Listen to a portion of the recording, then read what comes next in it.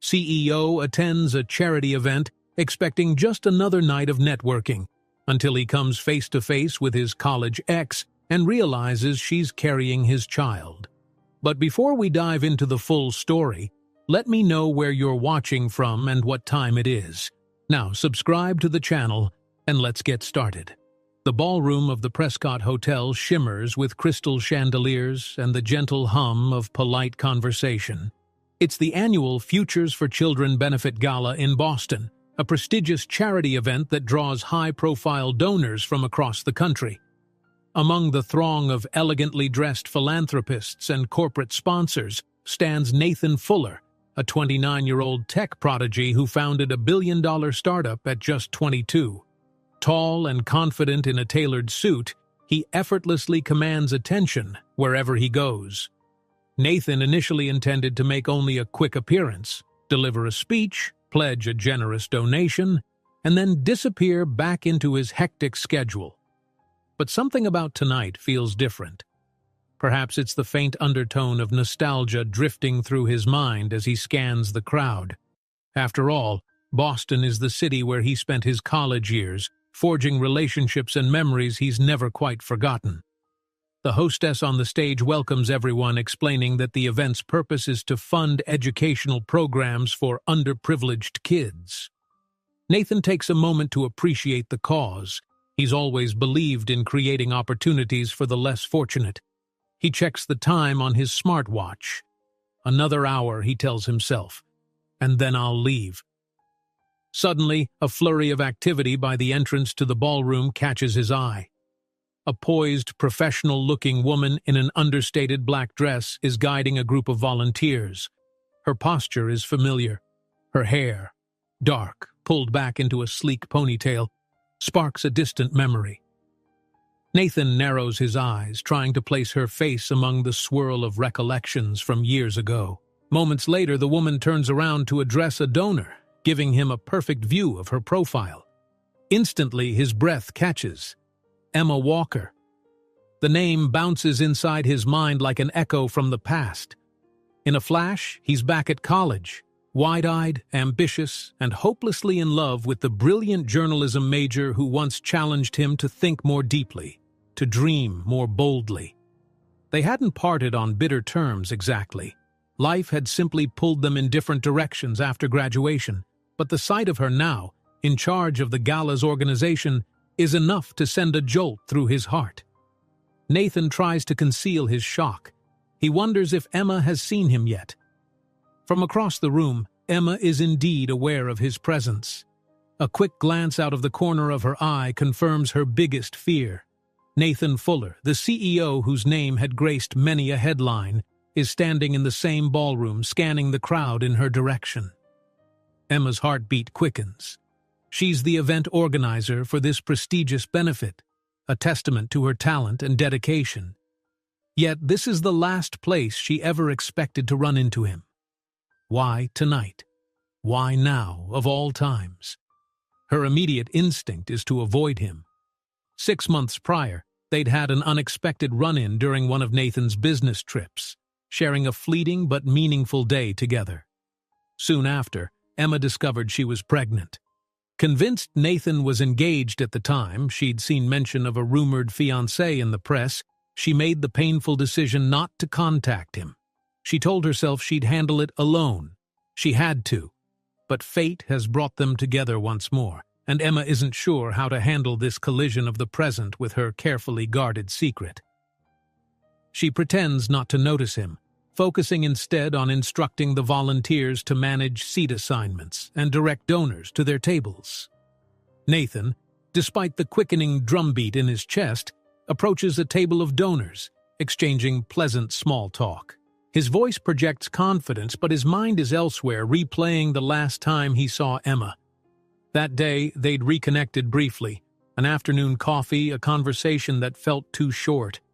He remembers the flicker of regret he felt when they parted ways again. Later, he'd ended his engagement, realizing he couldn't fully commit when thoughts of Emma lingered in his mind day after day. "Mr. Fuller, it's an honor to meet you," says an older gentleman at the table, extending a hand. Nathan smiles politely, shakes it. The honor's mine. Thank you for supporting tonight's cause." His lips form the right words, but his eyes keep searching for Emma. Where did she go? Near the stage, Emma lifts a clipboard to hide her face as she hurries out of the ballroom. She slips into a quieter side hallway that leads to a small office used by staff for event coordination. Her hands tremble. She's thankful for the hush of the corridor, away from prying eyes. The last thing she wants is a dramatic confrontation out there in front of donors and sponsors. Inside the office, the overhead light flickers. She sets her clipboard down on a desk stacked with event brochures, sponsor packets, and reams of schedules. Unsteady, Emma sinks into a chair. Her mind churns. He's here. She presses a hand to her abdomen, remembering she's now 5 months pregnant. She questions the swirl of emotions, fear, anticipation, and the inescapable truth that she never really forgot him. A soft knock at the door startles her. Before she can respond, the door opens slightly. Standing there, looking determined and somewhat anxious, is Nathan. "Emma," he says quietly. The single word carries the weight of all those unsaid questions they've both been harboring for so long. She stands up abruptly, the chair wheels squeaking. Her gaze darts to the exit. I'm busy. The event is in full swing. I know," Nathan interrupts gently. "I'm sorry to barge in, but I saw you leave. We need to talk." Her eyes flicker with uncertainty. She feels the urge to protect herself, to say something snappy or dismissive, but those old sentiments make her hesitate. This really isn't a good time, Nathan. The donors, they can wait 5 minutes, he insists, voice calm yet charged with emotion. "Emma, when I saw you just now, it felt like everything stopped. There are things I've wanted to say, things I need to tell you." Emma edges backward, her hand instinctively brushing over her slight baby bump.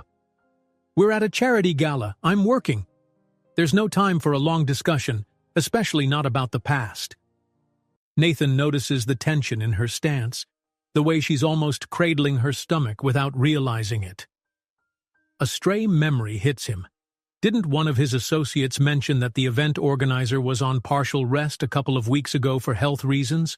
Could it be related to... "Emma," he tries again, stepping closer. "I ended my engagement months ago. I realized it wasn't right. I couldn't stop thinking about you, about that day we spent together." She stiffens. Her eyes reflect a swirl of conflict. "I thought you were still with her. The news, your social media posts. I assumed you were off planning a wedding." He shakes his head. "The rumors ran wild, but we called it off quietly. It was my fault that I never clarified it publicly. My PR team wanted to keep it discreet until the deal with my investors was sealed. God, Emma, I had no idea. I had no idea you'd think I was still with her." Her pulse pounds. Every fiber of her being screams to keep the truth hidden. Yet one glance at Nathan's worried expression melts her defenses. She stands there, speechless, waging an internal war. "Why didn't you reach out?" he presses gently, seeing the hesitation in her eyes. "You must have known I'd want to see you." Emma lowers her gaze. Tears threaten to form. "Because I believed you were engaged, and I didn't want to complicate things for you or for me." Slowly, she rests a hand on her abdomen. Nathan follows her movement and finally notices the subtle curve. His heart seems to skip a beat. For a moment, his thoughts scramble. Is this? Could it be? He exhales softly, voice trembling with realization. "Emma, are you—" The door behind them suddenly pushes open. A volunteer pokes her head in, clearly anxious about the schedule. "Ms. Walker, the opening remarks are in 3 minutes. We need you at the podium." Emma nods, clearing her throat. She struggles to compose herself. "Right. I'll be right there." She meets Nathan's eyes again, emotions swirling. "We'll finish this later," she whispers, stepping past him. He wants to follow, to demand answers, but he stays rooted, allowing her the space she needs. As she disappears down the hallway, he can't tear his gaze from the place where she stood. The magnitude of possibility stuns him. Could the baby be his? Had she been alone in this all along? The echo of her retreating footsteps resonates in his mind like a countdown, pushing him to act. If there's a chance that Emma's child is his, Nathan knows he can't just walk away. Not this time. The applause echoes through the grand ballroom as the opening remarks conclude, but Emma Walker barely hears it. Standing behind the stage curtains, she steels herself for a series of introductions and acknowledgments. The evening is important. Dozens of underprivileged children rely on the funds raised here. Yet, her thoughts keep drifting to the man standing at the edge of the crowd. She casts a quick glance at Nathan Fuller, who appears distracted, his gaze fixed on her with unmistakable urgency. It's as if he's silently willing her to come closer to continue the conversation that was so abruptly cut short. The master of ceremonies calls her name. Taking one steadying breath, Emma steps onto the small stage. A sea of elegant faces and glittering attire greets her. Somewhere among them, Nathan watches. Her heart thrums with trepidation. She begins to speak, her voice clear despite the turmoil within. Good evening, everyone. My name is Emma Walker, and it's my honor to welcome you all to the Futures for Children Benefit Gala. She thanks the sponsors, highlights the children's mentorship programs, and speaks passionately about the importance of educational support. Applause rises at all the right moments. Donors nod in approval, but beneath her polished exterior, Emma's world feels like it's tilting. She can sense Nathan's eyes on her. When the segment ends, she hands the microphone back to the MC and exits to polite cheers. In her hurry, she nearly collides with a volunteer in the backstage corridor. Sorry, Emma mutters, hand pressed momentarily to her stomach. She needs a moment to breathe, to gather herself. Spotting an empty side room near the catering station, she slips inside. The room is dimly lit, filled with stacked chairs and boxes of gala supplies. Emma closes the door, leaning against it. She can't stop thinking about the conversation in the office, about how Nathan's face changed the instant he suspected she was pregnant. A swirl of conflicting emotions seizes her. Isn't this exactly the scenario she'd tried to avoid? She'd convinced herself that staying quiet was best. For him, for herself, for the baby. No more illusions of a fairy tale reunion. She'd do everything on her own. Her phone buzzes with a text from a coworker reminding her to check in with the caterers. She sighs, determination flickering. Focus, Emma, she tells herself. It's one night. Get through the event. Yet her mind betrays her, replaying that moment 6 months ago. How she and Nathan ended up laughing over old memories, how a simple coffee meetup turned into a tender, heartfelt day together. She remembers how even then, something inside her warned it was too risky. And now, here she is, 5 months pregnant, unable to stay hidden any longer. Just then, the door opens quietly. Nathan stands on the threshold, expression uncertain, but unwavering. I'm sorry. Again, I saw you come in here. We really do need to talk. Emma swallows hard. Her every instinct screams for her to maintain the professional facade.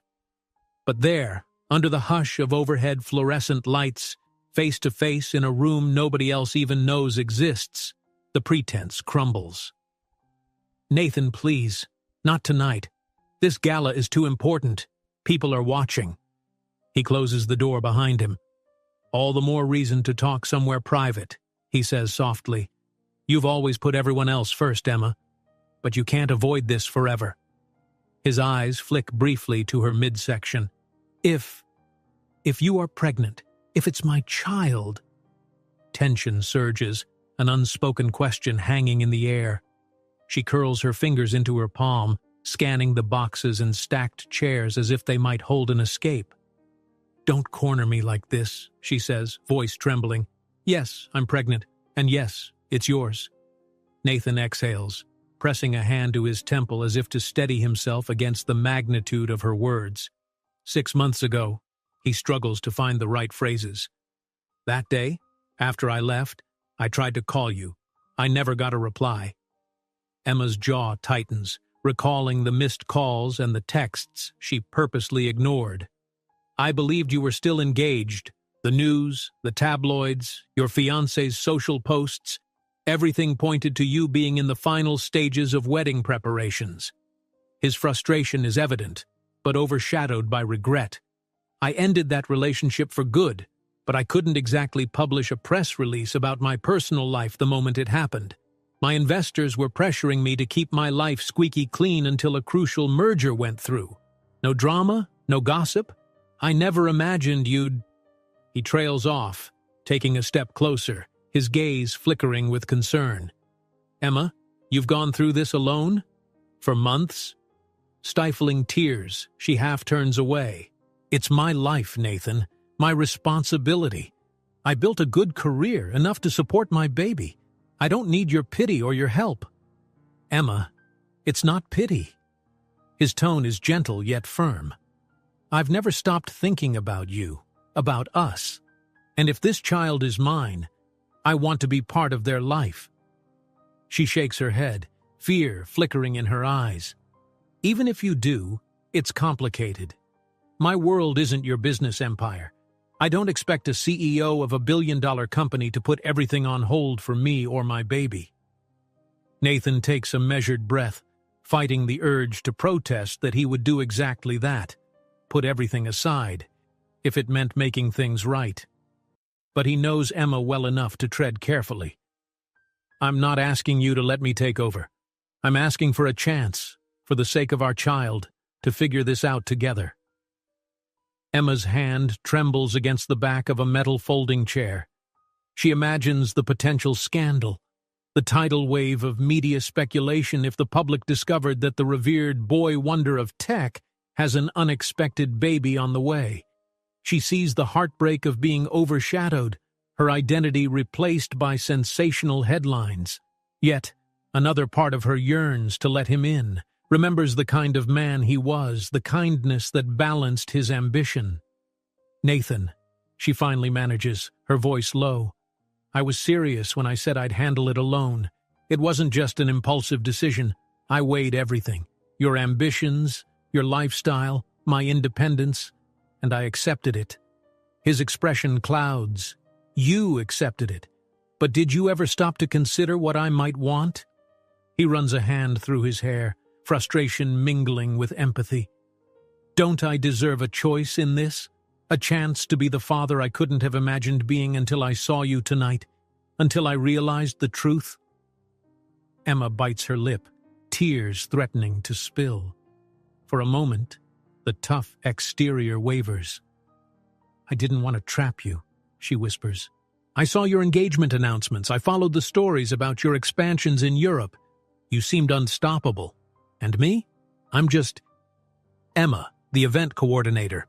I have no illusions about your world. A wave of protectiveness surges within Nathan. He steps closer, gently placing a hand on her arm. You're not just Emma. You never were. Back in college, you were the only person who dared to challenge me. You'd scold me for skipping classes or chase me for not reading the right books. You made me see beyond profit and code. None of that's changed. She closes her eyes, fighting back a sob. Outside, the muffled hum of the gala continues.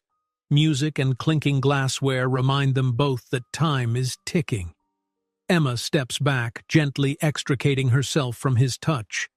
We can't settle this here, not with hundreds of donors expecting me to juggle a million details. I have responsibilities. Nathan straightens, aware he's overstepped. I understand. But this conversation isn't over. He lowers his voice, determined. When the gala ends, let me take you home. Or we'll go somewhere quiet. I can cancel the rest of my evening. I'll do whatever it takes. Emma's lips part, hesitation swirling in her gaze. I have to think, she says softly. You dropped a bomb on me too, Nathan. I've been convinced for 5 months that you'd be better off without us." The sincerity in his eyes is unmistakable. "I'm not better off without you, or without our baby." A wave of emotion rushes through her, so powerful she has to look away. Before she can respond, a volunteer's voice calls through the door. "Ms. Walker, we need you for the keynote introduction in 2 minutes." "Coming," Emma calls back, voice shaky. She glances at Nathan. "I have to go." He nods, stepping aside. "I'll be here. Whatever you decide tonight, I'm not leaving without talking to you again." Quietly, Emma slips past him, returning to the swirl of the event. Nathan lingers for a moment, alone among the stacked chairs and dim lighting, feeling the weight of the revelation settling on his shoulders. A child, he thinks. His child. He inhales, squares his shoulders, and prepares to follow her. Whatever chaos awaits them in the public eye, whatever complexities Emma fears, he's resolved to face them. The vow sits in his mind like an unbreakable promise. He won't lose Emma again, and he won't abandon the life they created. Outside the side room, the gala continues in full swing, unaware that behind the polished veneer of charitable festivities, 2 people are grappling with the most important moment of their lives. The main ballroom thrums with newfound energy after the keynote speech. Gentle orchestral music mingles with the hum of conversation, and tuxedoed waitstaff weave deftly through the crowd, offering champagne and hors d'oeuvres. Emma Walker stands near the stage, discreetly coordinating the next segment of the night, a live auction that promises to raise significant donations for underprivileged children. She forces a poised smile whenever a guest approaches, deftly answering questions and guiding them to their seats. Yet beneath her calm exterior, an emotional tempest rages. Just minutes earlier, she had confessed to Nathan Fuller, her once college flame turned billionaire tech magnate, that she was 5 months pregnant with his child. The magnitude of that conversation still reverberates through her, tinging every moment with tension. From the corner of her eye, Emma spots Nathan amid the crowd. He stands by a marble pillar, answering the queries of an older couple who clearly recognize him from magazine covers. Even as he engages them with polite small talk, his gaze flickers toward her. Emma pretends not to notice, turning away to greet another donor who extends a hand in welcome. "Ms. Walker!" A man's cheerful voice booms from behind. She spins to see Frank Mayweather, a longtime supporter of the charity. His broad grin and jovial air suggest nothing but good intentions. "Mr. Mayweather," she greets with warm professionalism, "thank you for attending again this year. We appreciate your ongoing generosity." Frank waves her gratitude aside. "Happy to help, my dear. I'm actually looking for that young tech wizard, Nathan Fuller. I hear he's going to match donations tonight, dollar for dollar. Is that true?" Emma's pulse quickens. She hasn't yet announced that arrangement publicly. Nathan must have decided it on the spot. Or perhaps he cleared it with the organization's board privately. Either way, the news is startling and inconvenient. She glances in Nathan's direction, noticing he's no longer by the pillar. "I believe Mr. Fuller is still finalizing details," she replies with tact. "Let's confirm a bit later once the formal announcement is made." Frank nods, satisfied for the moment. As he strolls off, Emma feels the weight of admiration for Nathan stirring something within her, both pride and unease. Is he offering the donation match to support her cause, or is it purely philanthropic on his part?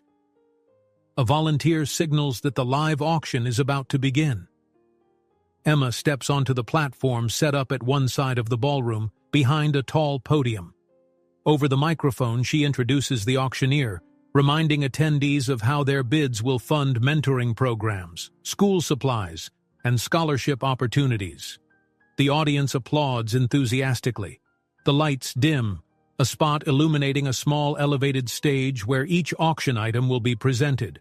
The first lot is unveiled, a private sailing trip around the Greek Isles. Bidding escalates with dizzying speed. Emma tries to focus on the progress, taking note of the big spenders in the room. She feels a pulse of relief whenever a paddle is raised. These funds will transform children's futures. The second lot is a weekend getaway in Napa Valley, culminating in a tour of exclusive vineyards. Hands pop up around the room, and the auctioneer's voice rises in excitement. Emma glances toward the back, locking eyes with Nathan. He stands next to two of his colleagues, fellow tech entrepreneurs perhaps, and he's listening intently. His eyes flick toward her momentarily. She tears her gaze away, cheeks warming. Halfway through the auction, a hush falls as the staff reveals a coveted art piece by a celebrated contemporary painter. The bright swirls of color on the canvas catch the overhead lighting, sparking murmurs of admiration among the crowd. Bidding starts high. Emma's heart leaps when, near the back, she hears the auctioneer call out, "$300,000 from Mr. Nathan Fuller." A buzz ripples through the guests. Emma's breath catches. Nathan lifts his paddle, wearing a determined expression. Another donor counters with $350. Nathan raises it again to $400. Whispered excitement travels the length of the room. Some people appear shocked by his eagerness. At last, the hammer falls. The art piece sells to Nathan for a stunning sum. The audience erupts in applause while the cameras click, capturing the moment for society pages and online bulletins. Emma's heart clenches, battling conflicting thoughts. Pride in seeing her charity's cause benefit from Nathan's wealth, and wariness that more entanglements will bind them. When the auction ends with a record total raised, Emma steps forward to thank the donors. She's in her element, poised, articulate, full of gratitude. On the outside, she is every inch the successful event organizer. Inside, her mind spins with possibilities. What will happen after tonight's festivities? How will she handle the conversation to come? The crowd disperses for a short intermission. Guests mingle, sipping wine, admiring the newly purchased items on display. A cluster of photographers hovers near Nathan, snapping pictures. Before she can slip away to check on behind-the-scenes details, Emma feels a presence at her side. She turns to see Marissa, a longtime friend and fellow organizer. Marissa's eyes widen with quiet concern. "You doing okay? You look a bit pale." Emma forces a tight smile. "Long day. Just need some water, I think." Marissa offers her a bottle. "You're usually a rock at these events, but I can tell something's up. Is it that VIP who keeps staring at you?" Emma's throat tightens. She swallows, deflecting. "Old acquaintance from college, that's all. We're talking." Marissa's brow furrows, but she respects Emma's boundaries enough not to pry further. "Well, if you need anything, let me know. The night's almost over. Just have to get through the last announcements, then we're free." Emma nods, grateful for the supportive presence of a friend who won't push her too hard. "Thanks, I will." As Marissa walks away, Emma checks her watch. Less than an hour remains until the formal program ends. She goes through her mental to-do list, present the final fundraising total, thank the top donors individually, ensure the staff handles gift bags. Meanwhile, in the back of her mind, Nathan's words echo, "When the gala ends, let me take you home." She's not sure how to respond. Half of her wants to retreat into the protective bubble she's built for herself, avoiding scandal, heartbreak, or the vulnerability of letting him see how scared she truly is. The other half acknowledges that she's never been good at shutting Nathan Fuller out. A few minutes later, a flurry of curious glances ripples through the banquet hall. Over near the small stage that was used for the auction, Nathan steps up to the microphone. The soft clinking of glasses fades as people sense something big is about to happen. Emma's heart leaps. She didn't schedule any cameo from him at this juncture. Nathan's poised, a slight tension in his jaw. Cameras swivel to capture his every move. "Good evening," he begins, voice echoing across the hushed room. "As many of you know, I'm Nathan Fuller, founder of BILLIONAIRE Tech. I'd like to commend Ms. Emma Walker and the entire Futures for Children team for hosting a spectacular event. Let's give them another round of applause." A hearty ovation follows, and Emma feels her cheeks burning under the flattering spotlight. When the applause subsides, Nathan continues. The work this organization does resonates deeply with me. Education shaped my life. Without scholarships and mentors, I wouldn't be standing before you. This cause is personal, which is why I've decided that Visionaire Tech will match every donation tonight, dollar for dollar, up to 1 million. Gasps ripple through the audience. Emma's eyes widen in genuine astonishment. She'd suspected a large contribution, but matching the entire night's haul, especially after already spending hundreds of thousands on the auction, feels monumental. A surge of excitement courses through the crowd. Reporters rush forward, snapping more pictures. The event MC steps in, praising Nathan's generosity. Donors look positively giddy at the notion that their contributions have effectively doubled in impact. Emma can't help but admire the magnitude of his gesture, yet a storm of conflicted thoughts brews within her. While the philanthropic act is extraordinary, is Nathan doing it purely out of altruism, or is there a deeper motive? Part of her wonders if he's declaring in the only way he knows how that he's committed, not just to the organization, but also to the child he's only just discovered. Emma draws in a shaky breath. The final portion of the gala begins, dinner service. Guests take their assigned seats around beautifully decorated tables. Nathan, however, moves through the throng in search of Emma. She senses him before she sees him. The hair on her arms prickles. When their eyes finally lock, it's as if the rest of the room fades. The swirl of elegantly dressed figures becomes background noise. He inclines his head, silently asking if they can talk. Emma, equally speechless, nods. She slips away from the table of donors she was greeting, motioning for him to follow her to a quieter corridor near the coat check. There, under soft overhead lights, the tension feels more intimate, charged. Her pulse hammers. She clears her throat. That was, unexpected. Matching all donations up to 1 million? Nathan shrugs lightly, sliding his hands into his pockets. I wanted to support you, support the kids' futures. She bites her lip, scanning his face for hidden intentions. It's incredibly generous. The organization will be overjoyed. An awkward beat passes. He gently steps closer.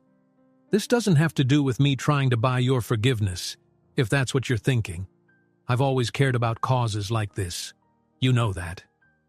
Despite her internal turbulence, Emma nods, remembering how back in college Nathan once organized a coding workshop for local underprivileged teens, refusing to take any credit.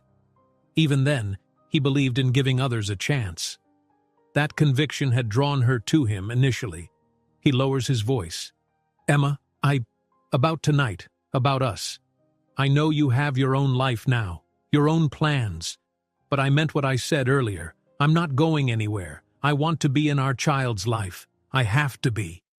Tears well in her eyes, and she blinks them back fiercely. Before she can respond, the MC's voice booms through the hallway speakers, announcing the final donation tally and urging all guests to reconvene for closing remarks.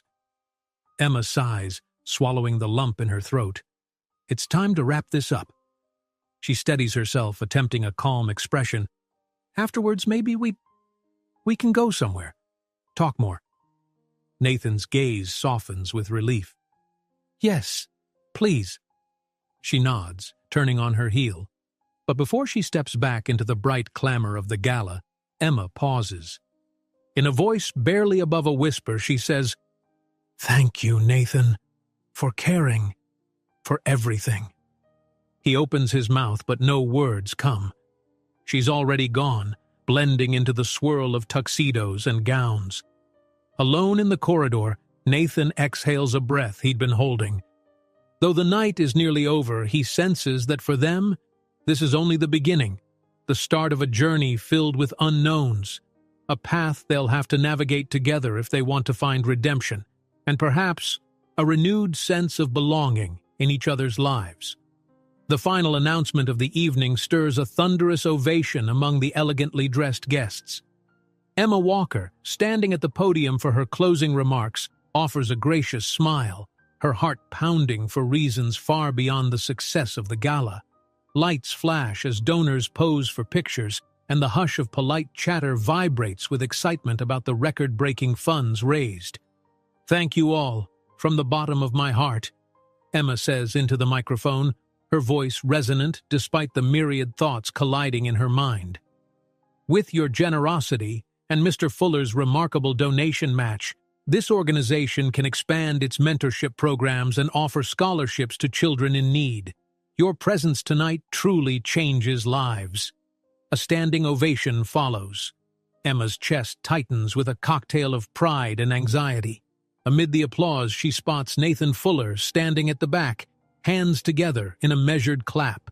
He meets her eyes, an unspoken promise hanging between them, a vow to have the long overdue conversation before the night ends.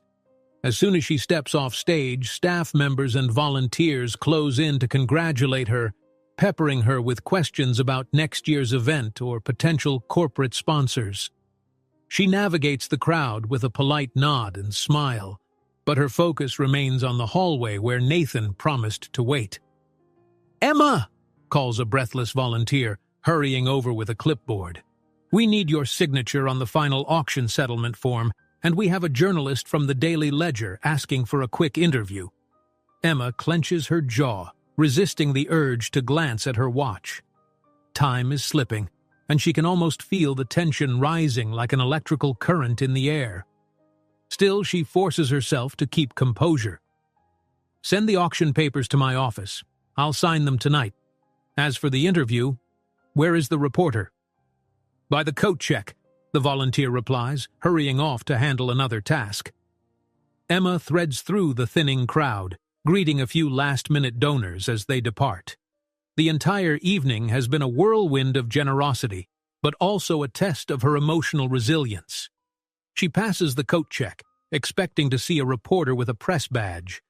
Instead, she finds Nathan leaning against the wall in a quiet corner, jacket draped over his arm as if he's been waiting for her. They lock eyes, and for a moment Emma forgets what she's supposed to do next. The chaos around them recedes, leaving only the tension in his gaze and the flutter of her own pulse. "Hey," he says softly. "Did the event officially wrap up?" She nods, tucking a stray strand of hair behind her ear. "Yes. The volunteers will handle the cleanup and leftover details.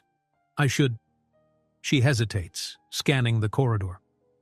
"I have one more person to speak with, someone from the Daily Ledger, but that shouldn't take long." Nathan inclines his head. "I'll wait. Take your time." Emma's heart does a little somersault at his unwavering patience. She pivots away, scanning the room for that elusive journalist. Eventually, she finds a young woman with a camera bag slung over her shoulder, flipping through notes on a phone. They exchange quick introductions. The reporter, bright-eyed and eager, asks about the impact of the newly raised funds, the importance of corporate partnerships, and the significance of Mr. Fuller's match. Emma delivers polished answers, seamlessly weaving in the charity's mission. At the end of the interview, the reporter lowers her phone. "Just one last question.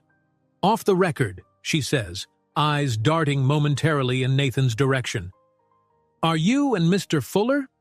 There's some buzz about whether he attended tonight specifically to support you." Emma's cheeks flame. "He and I attended the same college. We're old friends," she offers diplomatically. "I'm grateful for his contribution to the cause." The reporter nods, evidently aware there's a story beneath the surface, but not pressing further. "Thank you for your time."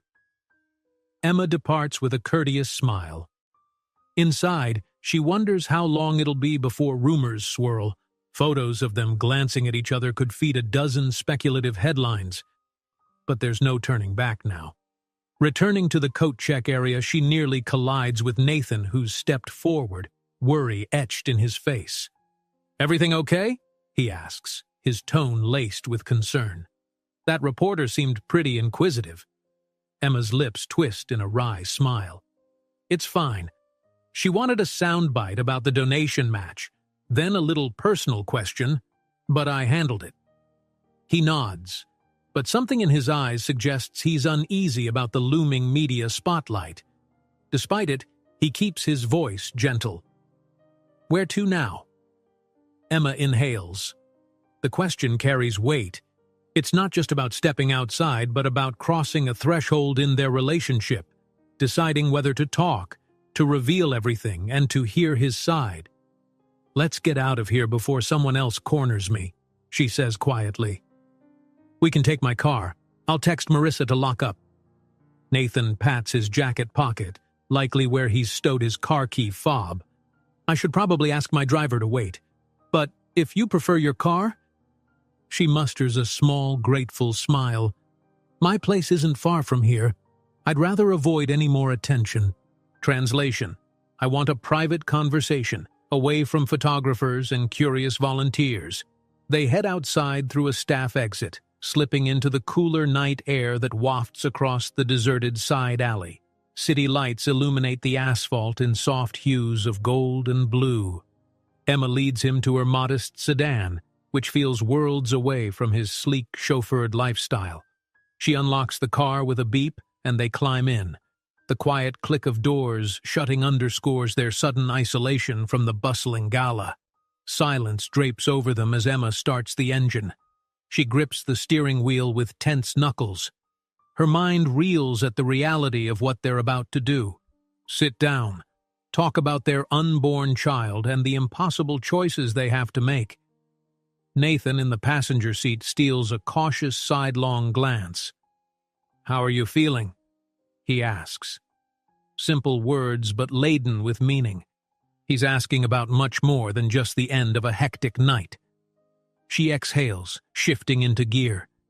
Exhausted, nervous, but mostly, "I'm ready to talk." The drive passes in a blur of streetlights and whispered directions. They avoid the main roads, hoping to slip by without paparazzi or social media onlookers. Emma clenches and unclenches her jaw, her thoughts swirling. How does she tell him about the prenatal visits? The nights she spent awake, worried about finances, bracing for single parenthood? Soon, they arrive at her apartment building, an unassuming brick complex in a quieter district of the city. She parks in a small lot, kills the engine, and for a moment, neither of them moves. Overhead, a street lamp casts long shadows through the windshield. Finally, Emma speaks. "I'm on the second floor. No elevator. You all right with stairs?" Nathan almost smiles. "I think I can manage." They climb the narrow staircase, her footsteps echoing against concrete walls. At her door, Emma fumbles with keys. Nervous energy hums in the space between them. She can't quite believe that Nathan Fuller, the man whose face graces business magazines, is about to see her modest, lived-in apartment, the one decorated by bargain furniture and thrift store finds. The door swings open, revealing a cozy living area dimly lit by the glow of a small table lamp. The decor is simple, personal touches scattered around. A knit blanket draped over the sofa, framed photos of Emma with friends, a stack of event planning notes strewn across a coffee table. She flips on a light, taking in a shaky breath. Nathan steps inside, gaze gentle. "This is nice," he says, sincerity in his tone. "Feels like you." Emma can't help a self-conscious laugh. It's far from a penthouse or a mansion, but it's home. She drapes her coat over a hook and gestures toward the couch. "Please sit." He does so, resting his elbows on his knees, scanning the space. Emma perches on the opposite side, a cushion separating them. For a beat, neither speaks. The only sound is the distant hum of traffic outside. Finally, Nathan breaks the silence. "Emma, I know I keep saying it, but I'm sorry for not being clearer about my relationship status, for not finding you sooner. If I had known you were pregnant—" She cuts him off gently, her voice quivering. "I wouldn't have told you even if I knew you'd ended your engagement. I was set on protecting you, or at least that's how I justified it to myself." She rubs her forehead, memories flooding back of the confusion and heartbreak when she saw tabloids announcing his wedding date. "I kept thinking I was sparing everyone from a scandal, but mostly, I was scared of getting hurt again. Nathan's eyes brim with empathy. I wish you hadn't gone through that fear alone. Whatever our complications, I wouldn't have wanted you to shoulder it by yourself. A tear slips down her cheek, and she quickly brushes it away. Sometimes I hated you, she confesses, voice trembling. I hated that I still had feelings for you, that I resented your supposed new life, and then I hated myself for caring so much. Nathan moves nearer, closing the gap between them on the couch. I never stopped caring for you, Emma. The moment I saw you at that coffee shop 6 months ago, I realized I was making a mistake in my engagement, but you disappeared the next day. I tried to reach out. She nods, remembering the string of missed calls she'd ignored, too hurt to pick up. I blocked your number on impulse, she admits. Seeing you again made everything feel so unfinished. The confession hangs in the air. Nathan lets out a shaky breath, gathering the courage to say what he's held back all evening. So now we have a baby on the way, he whispers. The words linger, echoing in the quiet apartment. He lifts his gaze to her. I want to be here for you, every step of the way. Doctor's appointments, ultrasound visits, late-night cravings, anything. Will you let me? Emma inhales sharply, emotions colliding. I'm not sure how, she says with raw honesty. My life isn't set up for the spotlight, and your world is massive. It chews people up, spits them out. If this goes public, my job, my privacy, everything changes. He dips his head, acknowledging the truth. It will be complicated. The media might swarm, but I can protect you, shield you as much as possible. My public relations team can manage the story. He sees the doubt clouding her face. I know that doesn't sound comforting, but I promise I'll do whatever it takes to keep your life from becoming a tabloid spectacle. She studies his features, the sharp angles softened by earnestness, the concern etched in his brow. What about your investors? Your board? Weren't they the ones who demanded you maintain a squeaky clean public image? A faint, ironic smile touches his lips. My breakup with my former fiancé was already a curveball for them. This might be another, but I'm not letting corporate pressure dictate my personal life anymore. Too much is at stake. Her throat tightens. She wants to believe him, to trust that he's willing to weather the storm. But a decade of fending for herself, plus the heartbreak of watching him seemingly move on, has built a fortress around her vulnerability. You say that now, but there's a long road ahead, she murmurs.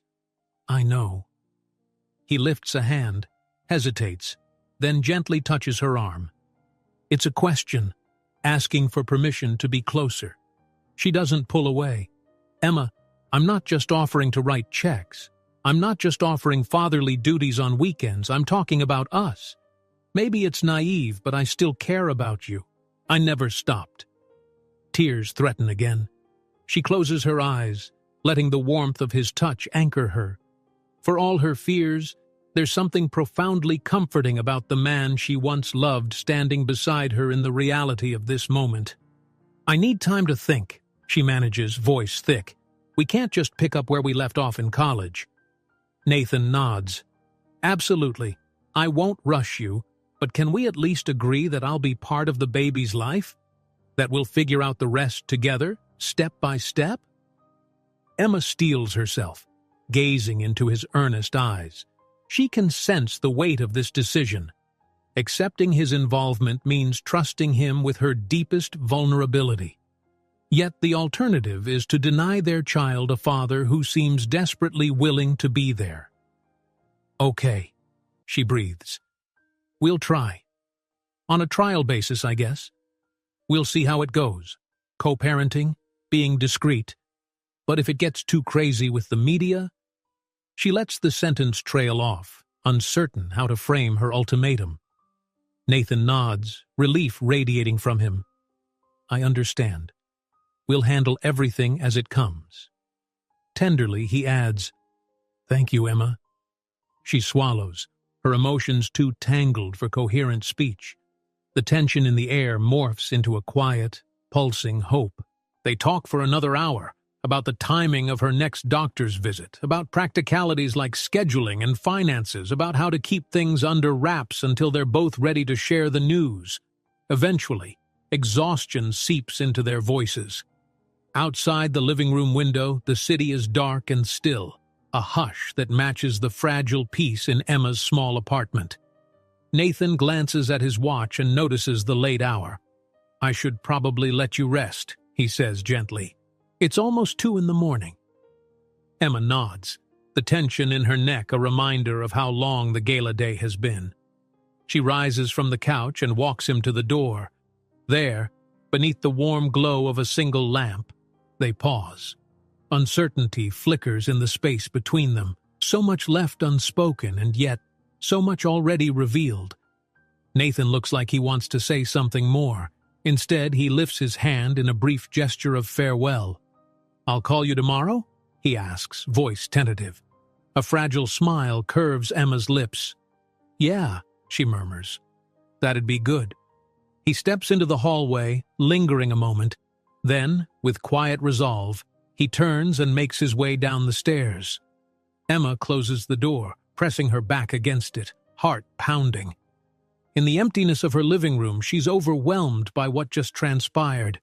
Relief and fear, hope and apprehension, they all swirl through her in equal measure. For 5 months, she believed this conversation could never happen, that she was destined to face motherhood alone. Now, everything has changed. She crosses to the small table lamp and clicks it off, darkness descending around her. Even though the path ahead is fraught with uncertainty, a flicker of possibility breaks through her guarded heart. Like the first ray of dawn peeking over the horizon, promising that no matter how complicated things get, she won't have to walk this road by herself anymore. Morning light filters through the curtains of Emma Walker's bedroom, a gentle golden glow that contrasts sharply with the whirlwind of emotions churning inside her. She lies awake, staring at the pale ceiling, recollecting every word exchanged with Nathan Fuller the night before. The day after the gala should be a time for her usual post-event wrap-up, drafting thank-you emails to sponsors, tallying final donation numbers, but now there's a far bigger shift in her life to consider. Emma finally pushes off the covers and sits at the edge of her bed, resting her palms on her knees. Her phone rests on the nightstand, silent. She wonders if Nathan will call her first, or if she should reach out to him. A twinge of anxiety twists in her stomach. She has so many questions. How they'll handle the pregnancy reveal, whether she's truly ready to let him into her guarded world, whether his bold statements about stepping away from corporate pressure can hold up under real scrutiny. Taking a steadying breath, she tells herself there's no immediate deadline for final decisions. They agreed to figure things out step by step. A gentle flutter from within her abdomen brings a smile to her lips. 5 months along, the baby's movements are stronger now, tiny reminders that she's never really alone. She rubs her belly, comforted by this new life that both terrifies and thrills her. "One day at a time," she murmurs. After a quick shower, she dresses in comfortable jeans and a soft sweater, avoiding anything too constrictive around her growing bump. Her hair, still damp, frames a face etched with traces of restlessness. She brews some tea in the small kitchen, the familiar aroma of chamomile settling her nerves. Before she can take the first sip, her phone buzzes. She almost spills the tea in her haste to grab it. Checking the screen, she sees Nathan's name. Her heart leaps. Clearing her throat as though he might hear it, she answers. "Morning," comes his voice, gentle and a little tentative. "I hope it's not too early." Emma glances at the clock, 9:15 a.m. "No, it's fine. I'm awake." A slight pause as if he's relieved. "I wanted to give you space, but I also didn't want you to think I'd forgotten everything we talked about. How are you feeling?" She takes a moment, exhaling slowly. "I'm okay. Tired from the gala. A little overwhelmed." She closes her eyes, recalling his earnestness from last night. "You?" Nathan chuckles softly, though there's a note of tension in his tone. My phone's been buzzing since 5 in the morning with press inquiries about that matching donation. I told my PR rep to handle them. But I'm good. More than good, actually. Last night it was something I've been hoping for a while. A wave of emotion washes over Emma, balancing precariously between gratitude and lingering skepticism. She sets the teacup on the counter. Last night felt surreal, honestly. But we do need to talk details at some point, like the next doctor's appointment or anything you want to be part of. He hesitates, as though touched by her willingness. Let's. Whenever works for you. Also, if you're up for it, maybe we could grab lunch or something simple. No paparazzi, no big announcements, just a conversation. Emma thinks of her schedule. She has phone calls and a brief meeting at the charity office to finalize the post-gala paperwork. But midday is free. She finds herself nodding, even though he can't see her. Lunch could work. Where? Someplace quiet. He sounds eager. I know a small Italian restaurant in the West End. Family-owned, not flashy. Usually no press lingering around. We can meet there, say around 1? Emma chews her lip. The idea of stepping into a public space with him triggers a sliver of worry, but she tells herself it's just lunch. That's fine. Text me the address. They exchange goodbyes. After hanging up, Emma notices her hands trembling slightly. She brushes it off, telling herself it's just nerves. An hour later, she's in the cramped basement office of the Futures for Children organization, nestled among boxes of leftover brochures. The hum of the air conditioner mixes with the muted sounds of city traffic outside. Marissa, her close friend and fellow event planner, sits across a battered metal desk, rummaging through receipts and donation pledges. "You pulled off a miracle," Marissa says, not looking up from the stack of papers she's sorting. "We crushed every previous fundraising record." Emma forces a small laugh. "Nathan's matching donation gave us a huge boost." She tries to sound casual, but she can't ignore the flutter in her chest at the mention of his name. Marissa's eyes flick up, catching Emma's expression. "Speaking of which, there's a rumor going around that he did it more for you than for the cause. Any truth to that?" Emma's cheeks warm. She arranges some paperwork, stalling. "He's always been big on philanthropy," she hedges, ignoring the deeper truth. "We went to college together. He knew how passionate I was about this organization, so maybe that influenced him." Marissa arches a brow but doesn't push, returning to the donation forms. Emma feels a swell of relief and guilt. Eventually, though, she knows she'll have to open up, if only a little. Marissa is one of her few confidants. "Listen," Emma begins, her voice subdued. "Nathan and it's complicated, but we're talking things through." She hesitates, not quite ready to reveal the pregnancy yet. "Just don't be surprised if you see him around more often." Her friend's face softens. "I'm happy for you if that's what you want. But be careful, Em. The media loves a power couple story, and the last thing we need is for your name to get dragged into gossip columns." The mention of media gossip makes Emma's stomach knot. "I'm aware, trust me." Marissa pats Emma's hand, the conversation shifting to safer topics, like verifying the big donor's checks and planning a debrief meeting. Still, Emma senses Marissa's watchful concern, and she silently vows to be honest when the time is right. By noon, Emma has wrapped up the essential tasks. Before leaving the office, she lingers at the door, double-checking her phone. Nathan's text with the restaurant address pings just then, along with a short note, looking forward to it. A smile ghosts across her lips as she gathers her purse. Part of her remains on edge, uncertain how lunch might unfold, but another part can't deny the flicker of anticipation. She arrives at the modest Italian eatery a few minutes early. Nestled between a laundromat and a flower shop, the place exudes an unpretentious charm.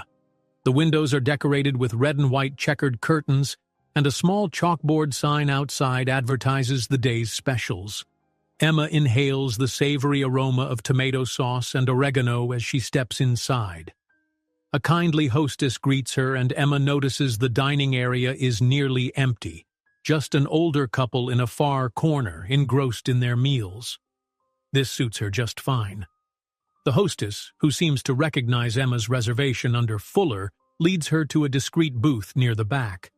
Moments later, Nathan appears at the door, scanning the room until his gaze settles on Emma. His expression brightens, relief evident in his posture. "Hi," he says, sliding into the booth across from her. He's dressed down today, dark jeans and a casual blazer. He sets a phone on the table face down, perhaps to signal that she has his undivided attention. "Hi," Emma returns softly. She can't help but notice how, despite the casual outfit, he carries the same focused energy that makes him a formidable CEO. They place drink orders, a sparkling water for Emma, iced tea for Nathan. Then the hostess leaves them with menus. For a few seconds, they flip through the options in polite silence. Emma can almost feel the questions simmering between them. Eventually, Nathan sets his menu aside. "Emma, I've been thinking all morning about next steps." He glances around to ensure no one is listening. "When's your next doctor's appointment? I'd like to come if that's okay." Her chest tightens at the simplicity of his request. She's never pictured a scenario where the father of her baby steps in willingly, especially not like this. "It's in 2 weeks, just a routine checkup and possibly scheduling an ultrasound." Yeah, you can come." The corners of his eyes crinkle in relief. "Thank you. Let me know when and where, and I'll make sure I'm in town." He hesitates. "I'll keep my schedule flexible." Emma nods, touched by his determination. "All right. I'll text you the details." They glance at the menus again, though clearly neither is in a rush to talk about the linguine or eggplant parm. Emma sets hers down. "We should also figure out how and when to tell people, if we're telling them at all right now. I'm already showing somewhat. It's not super noticeable yet, but in a month or two it will be." Nathan leans forward. "I'd like for us to make the announcement on our own terms, not as a tabloid leak. But I'll respect your comfort level. If you want to keep it private a while longer, I'll follow your lead." Her lips part in silent gratitude. After all her fears about being overshadowed by Nathan's fame, hearing him offer her the reins in this decision means more than she can express. "Thanks. Let's keep it quiet for a bit.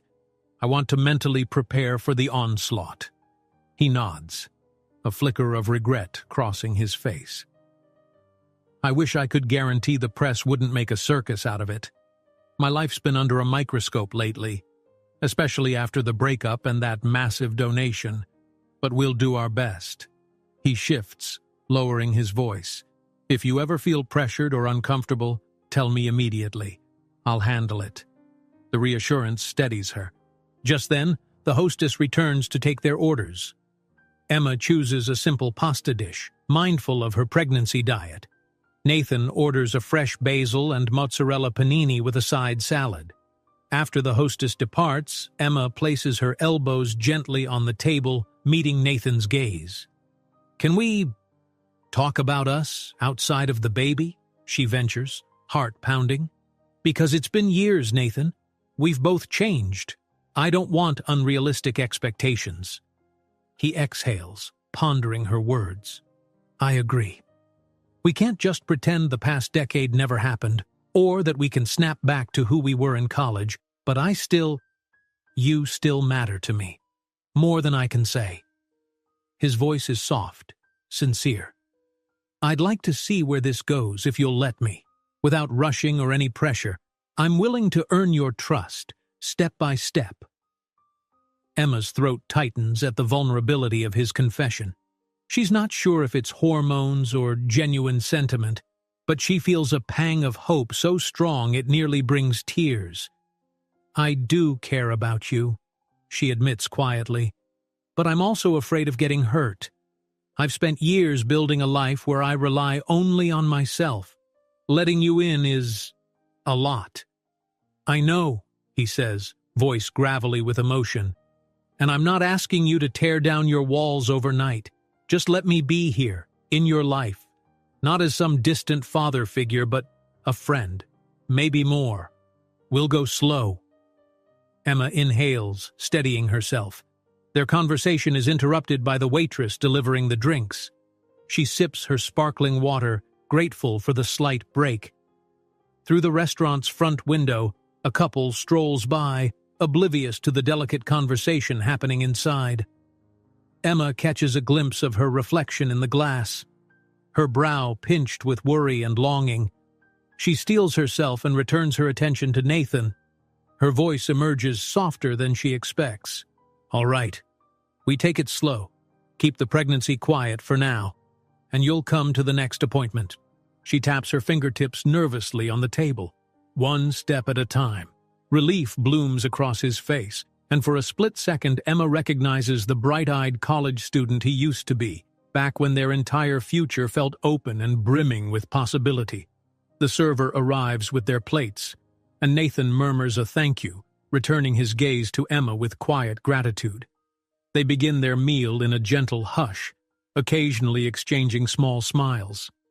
The tension that once hung between them now starts to recede, replaced by a tentative sense of partnership. The baby, perched between their two worlds, remains the focal point they're both striving to protect. In that unassuming Italian restaurant, their fragile truce takes shape, a promise to meet uncertainty together, to navigate the complex weave of public image and personal devotion, and to rebuild what was once lost in the bright shadow of their separate ambitions. Though the road ahead is long and complicated, for the first time in months, Emma feels less alone. Nathan's presence, cautious yet determined, signals that maybe, just maybe, they can bridge the gap between fear and hope. The baby's gentle flutters within her feel like a quiet affirmation, echoing the same question that's lighting up Emma's heart. Could this be the start of something real and lasting after all? The next 2 weeks feel like a delicate balancing act for Emma Walker. By day, she's busy wrapping up final gala tasks at the charity's modest office, preparing sponsor reports, sending thank you notes, and tallying the record-breaking donations. By night, she's home in her small apartment, wondering when and how her once comfortable solitude will shift into co-parenting, something she's never done before. Her phone buzzes more frequently now. Sometimes it's Nathan Fuller, checking to see how she's feeling, or asking if she needs help with errands. Other times, it's discreet inquiries from the charity's board, curious about how she single-handedly secured such a massive donation match. Emma fields both lines of questioning carefully. Although she and Nathan agreed to keep the pregnancy hidden for now, she's well aware that rumors swirl in the philanthropic circles. One afternoon, Emma finds herself at a small cafe near her office, flipping through a pregnancy magazine she impulsively bought. Articles about birth plans and nursery designs fill her with conflicting emotions: excitement, fear, and a lingering sense of disbelief that her life is pivoting so drastically. She can't help imagining Nathan's presence at doctor's appointments or how he might react to a baby registry. As she stirs a chamomile tea, a soft ping announces an incoming text. Nathan, 2:12 p.m. How's your day going? Her heart does a small somersault. She types back, Emma, 2:13 p.m. Busy but good, just grabbing a quick tea. You? Within seconds, the reply pops up. Nathan, 2:13 p.m. On back-to-back calls. Some partnership deals. Wish I had a tea break too.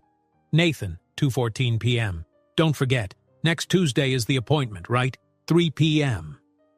Emma's gaze drifts to the ring circled on her calendar in her planner, her prenatal appointment. She texts back, confirming the time. He replies with a simple thumbs-up emoji, followed by, Nathan, 2:15 p.m. Can't wait. She pockets her phone, a quiet smile tugging at her lips. For all her fears, it's oddly comforting to have someone as invested in the baby as she is. Finishing her tea, she heads back to the office.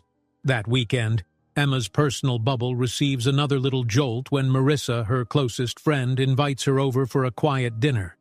The invitation is a reprieve from the bustle of the city, and Emma accepts, though she braces for the inevitable questions Marissa might pose.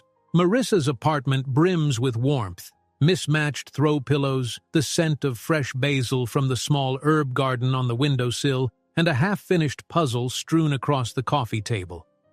They cook a simple pasta dish together, chatting about everything except Nathan, until Marissa finally broaches the topic once they settle at the table. "So," Marissa begins casually, swirling pasta on her fork, "I couldn't help noticing you've been different lately, more introspective. Something to do with Mr. $1 Million donation, maybe?" Emma inhales, her eyes drifting to the overhead light fixture. She's known this conversation was coming. She can't keep everything bottled up forever. "Nathan and I, well, we've reconnected. We're working through some things." Marissa arches an eyebrow. "Things?" Her heartbeat flutters as she considers how much to reveal. After a long moment, she decides honesty is inevitable. She lowers her gaze, voice tight with nerves. "I'm pregnant, Marissa, and it's Nathan's baby." A stunned silence hushes the kitchen. Marissa's fork clatters onto her plate. For an instant, Emma fears shock will give way to judgment or a barrage of questions. But Marissa's expression quickly softens into concern. "Oh my God, Emma, why didn't you tell me sooner?" Emma exhales shakily. "Because everything was complicated, and I didn't know how to handle it. I only told Nathan recently. At the gala, actually. He thought I was married or engaged. We both had misconceptions." Marissa leans forward, eyes brimming with empathy. "So, what's the plan now?" Emma shrugs, tears pricking her eyes. "We're figuring it out. We want to keep it private for a while. He's coming with me to the next appointment. We're not sure how we'll handle the public side of things. His name draws attention." Marissa reaches across the table, covering Emma's hand. "Hey, you don't have to have all the answers right now. But I'm here, okay? Whatever you need." Relief floods Emma. She nods, blinking away moisture. "Thank you. I was worried you'd judge me or something." "Oh, hush." Marissa waves off the notion with a grin. "You have enough on your mind without me adding to it. Just promise you'll keep me in the loop. No more bombshells 2 weeks later, deal?" Emma laughs, the tension dissipating. "Deal." Their conversation shifts to lighter topics. Baby name ideas, potential cravings, how Nathan's presence might or might not fit into Emma's daily routine. When Emma finally leaves that night, she feels lighter, like she's given herself permission to have a support system beyond the fragile alliance with Nathan. It's a start, she thinks, one step at a time. Tuesday arrives in a blur of mild morning sickness and administrative errands. By 2:45 p.m., Emma is seated in a pastel-toned waiting room at the obstetrician's office. Pregnant women in various stages of expectancy occupy the rows of chairs, some reading magazines, others tapping on phones, a few quietly smiling at their bellies. Emma clutches her small purse, a tingle of nerves dancing in her stomach as she glances at the clock. Where is Nathan? Just then, the waiting room door opens, and there he is, slightly out of breath, dressed in business casual attire, with an apologetic smile curving his lips. "Hey," he breathes, taking the empty seat beside her. "Sorry. Traffic from my last meeting was insane." She offers a tight-lipped smile, partly from relief, partly from the nerves of having him here. "I was starting to wonder if you'd changed your mind." Nathan's eyes flicker with something like concern. "Never. Just city gridlock." He catches his breath and then glances around, noticing the rows of expectant mothers. "So, what happens now?" Before she can answer, a nurse appears, calling Emma's name. They both stand. The nurse, a friendly woman in her 40s, leads them down a hallway and into a small exam room. The walls are adorned with diagrams of fetal development, and the exam table is covered in a crisp, crinkling sheet of paper. A machine for ultrasounds stands in the corner, cables coiled neatly. Emma's doctor enters shortly after, smiling warmly at Emma, then nodding politely at Nathan. Dr. Collins has a reassuring presence, her short, curly hair framing a face that radiates experience and kindness. "Emma, good to see you. And you must be the father?" Nathan clears his throat, extending a hand with a polite smile. "Yes, I'm Nathan." Dr. Collins shakes his hand. "Nice to meet you." She turns to Emma, scanning the notes in her folder. "So this appointment is a routine check, right? We'll measure your vitals, go over any symptoms. Possibly do a quick ultrasound if we need to check on the baby's growth." Emma nods, heartbeat thudding. She glances at Nathan, who gives a small, encouraging smile. For the next few minutes, Dr. Collins performs all the standard checks: blood pressure, weight, a few questions about diet, and any discomfort. Emma answers dutifully, hyper-aware of Nathan's watchful eyes. Then Dr. Collins gestures to the ultrasound machine. "Why don't we take a quick look? Nothing too in-depth today, but it'll let us confirm the heartbeat and measure baby's growth." Nerves tangle with excitement as Emma shifts onto the exam table and lifts her sweater enough to expose her midsection. Nathan hovers close, mindful not to crowd the doctor's workspace, but Emma can sense his anticipation in the tension of his posture. Dr. Collins squirts a cool gel onto Emma's belly and moves the transducer wand carefully across. Within seconds, the monitor flickers with grainy black and white images, small movements in a mysterious swirl. Dr. Collins points out the baby's head, arms, and a flickering heartbeat that pulses like a tiny beacon. "Everything looks good," she murmurs, adjusting the angle. "Strong heartbeat, measuring right where we want at this stage." Emma's eyes mist over. No matter how many times she's seen these scans, each glimpse of her child feels like a miracle. Her gaze darts to Nathan, whose expression is transfixed, equal parts awe and wonder. He leans closer, voice hushed. That's them?" Emma barely manages a nod. She can see tears threatening in his eyes, too. The reality of the moment hits her with exquisite force. This is no longer just her journey, but theirs, a fragile, hopeful thread weaving them together. Dr. Collins prints a couple of images, handing them to Emma with a reassuring nod. "Baby's healthy. Keep doing what you're doing and make sure you're following up with the prenatal vitamins we prescribed." Emma wipes away the gel, heart buoyed by relief. The doctor steps out briefly to let her get sorted, instructing them to schedule the next visit at the front desk. Nathan gently helps Emma sit up, his face still etched with quiet amazement. "Thank you," he whispers, voice trembling. "Thank you for letting me be here." She meets his gaze, something soft and unguarded flaring within her. "I'm glad you came." The hush of the small room magnifies the thump of her heart. She glances down at the ultrasound photo. "It's different when someone else sees what I've been feeling these past months." Nathan swallows hard, a tentative hand hovering over Emma's belly. "Is it okay if he asks, his meaning clear. She nods, sliding forward so his palm can rest gently on the curve of her abdomen. Though the baby's movements aren't constant at this stage, a faint flutter stirs, as though responding to his touch. Emma's breath catches, tears welling in her eyes. For a long moment, the two of them linger there, connected by that small life nestled between them. Eventually, Dr. Collins knocks and re-enters, smiling politely at the tender scene. Emma stands, adjusting her sweater. She and Nathan follow the doctor out into the corridor, discussing scheduling details with the receptionist. Nathan immediately volunteers to handle any insurance queries or additional fees.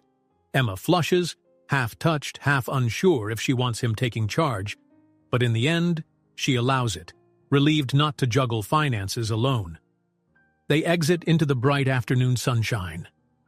The city hustle seems jarringly at odds with the emotional reverence they just experienced. Nathan escorts Emma to her car, a gentle hand at her elbow. "You okay to drive?" he asks softly. She nods, though her mind is still spinning. "Yeah, That was big." Nathan's expression overflows with empathy. It really was. He hesitates, stepping around to face her more directly. "Listen, I have to get back to the office for a late meeting, but can we talk tonight? Maybe dinner? My place, if that's easier? Or I can bring takeout to your apartment. Whatever you prefer." She studies him, recalling the swirl of questions still unanswered. Yet the ultrasound memory glows in her mind like a beacon of promise. Maybe it's time to let him in further. "Come over around 7, she decides. "We can pick up where we left off." A relieved grin crosses his face. "Perfect. I'll grab some decent food on the way. Any cravings?" Emma bites her lip. Thai might be good. She shrugs sheepishly. "I've been craving curry for a week." He chuckles. "Then Thai it is." He dips his head in a subtle goodbye, then steps away. "See you soon." She gets in her car, watching as he strides off toward the parking garage across the street. Despite her guarded heart, a new warmth spreads through her, tethering her to a sense of hope she hasn't felt in years. As she starts the engine, the ultrasound photo on the passenger seat catches her eye. In a city full of noise and ambition, she and Nathan have carved out a quiet, profound connection for the sake of a child neither of them expected. And for the first time, Emma allows herself to imagine a future where she doesn't have to face every battle alone. A future where their fragile partnership might grow into something stronger and more enduring, just like that fluttering heartbeat on the screen. A soft knock on the apartment door signals Nathan Fuller's arrival, right on schedule, 7 p.m. exactly. Emma Walker sets down the plate she's been arranging on her small second-hand dining table.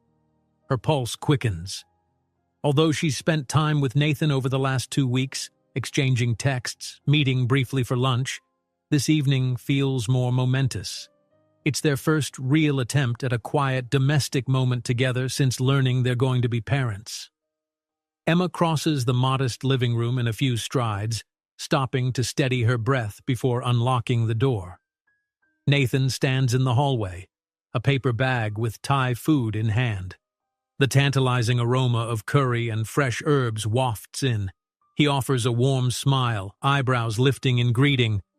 "Hey," he says gently. "Hey," she echoes, stepping aside so he can enter. "That smells great. Thanks for picking it up." Once inside, Nathan takes in the apartment with a thoughtful glance. The cozy couch, the pile of books near the TV, a few fresh flowers Emma placed on the table. "Thanks for having me over," he says. I wasn't sure if I should bring anything else, but I figured dinner was a start." She smiles, shutting the door behind him. Dinner is perfect. They head to the small kitchen area where Emma helps unpack the containers. Steaming green curry, stir-fried vegetables, jasmine rice. Despite the day's anxieties, she feels a flicker of excitement. The meal is simple, but the meaning behind it weighs heavily.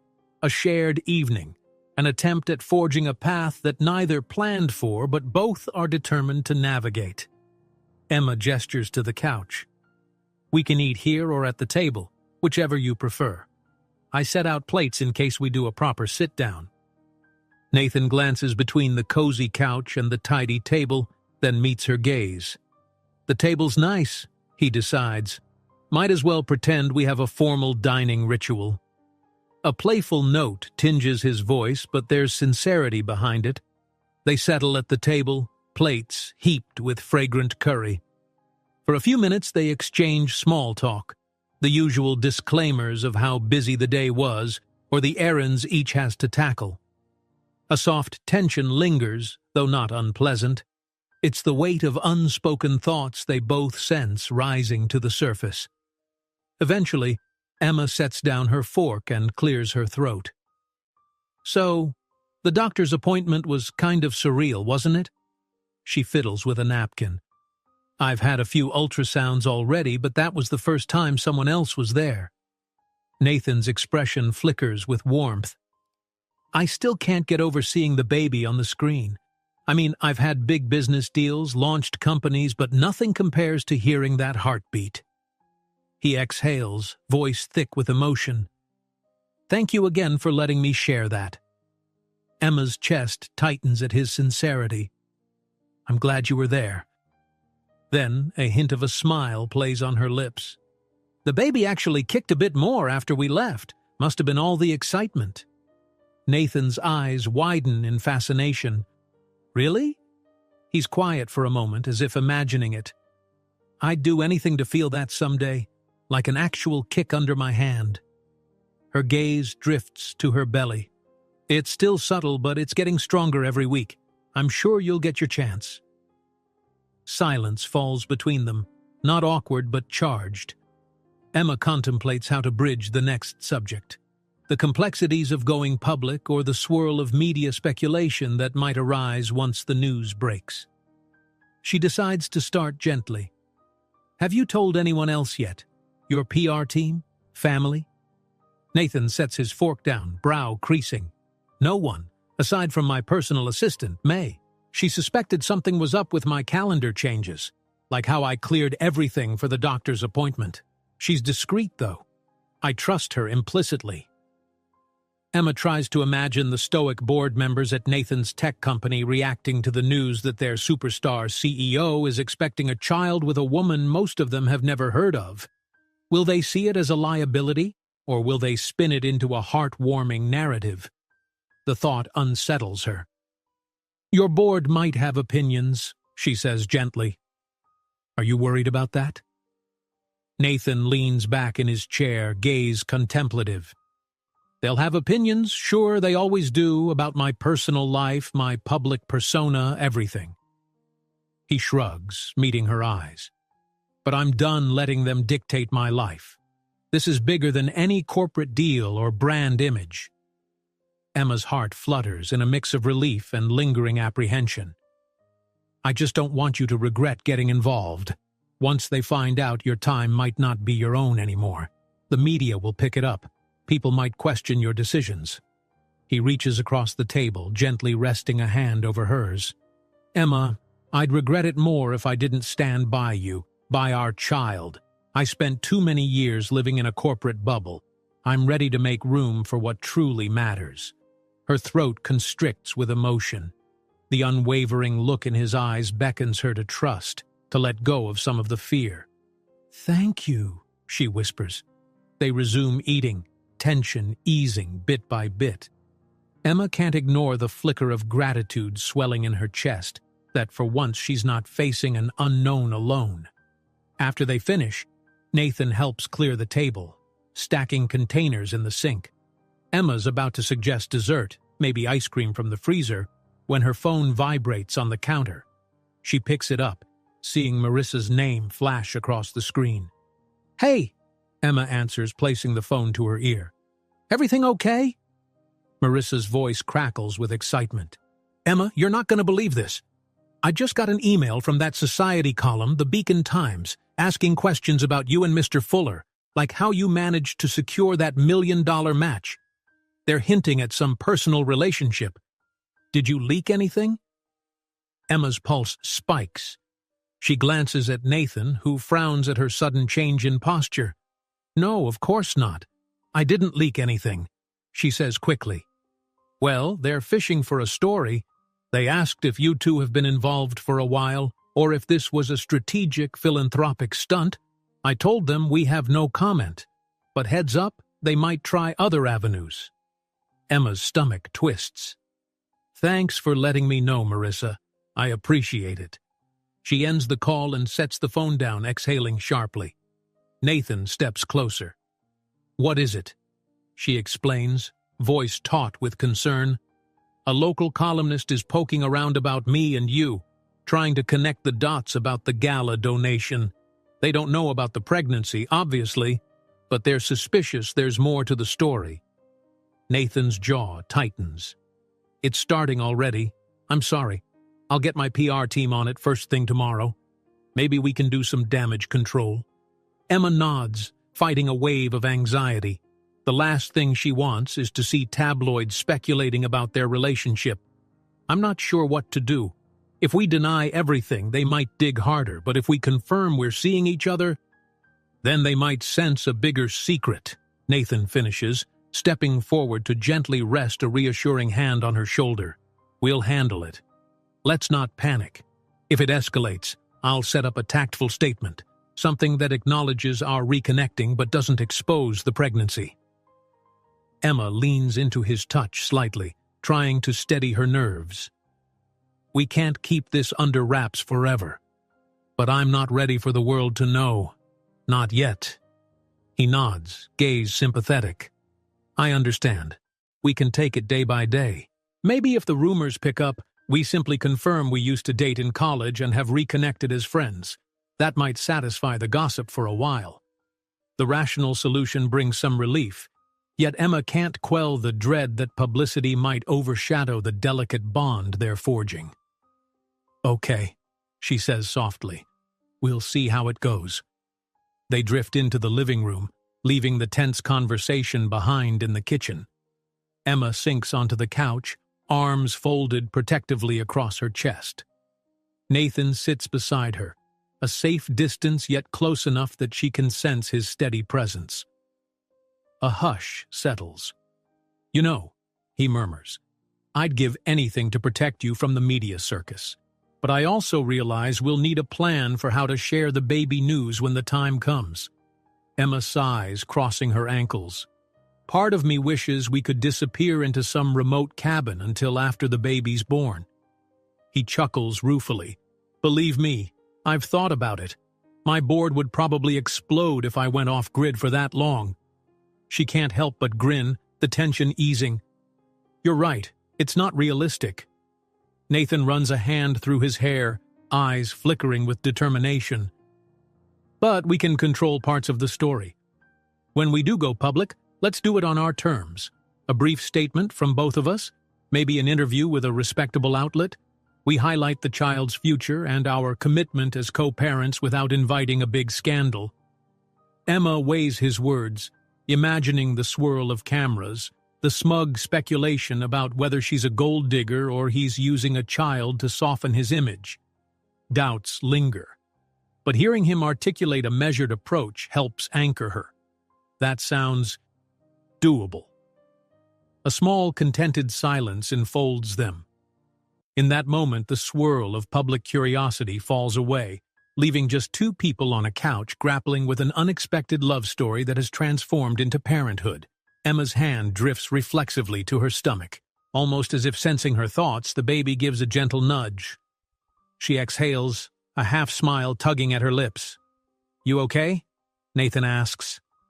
She nods, eyes shining. "I felt a little movement. The baby's been more active lately."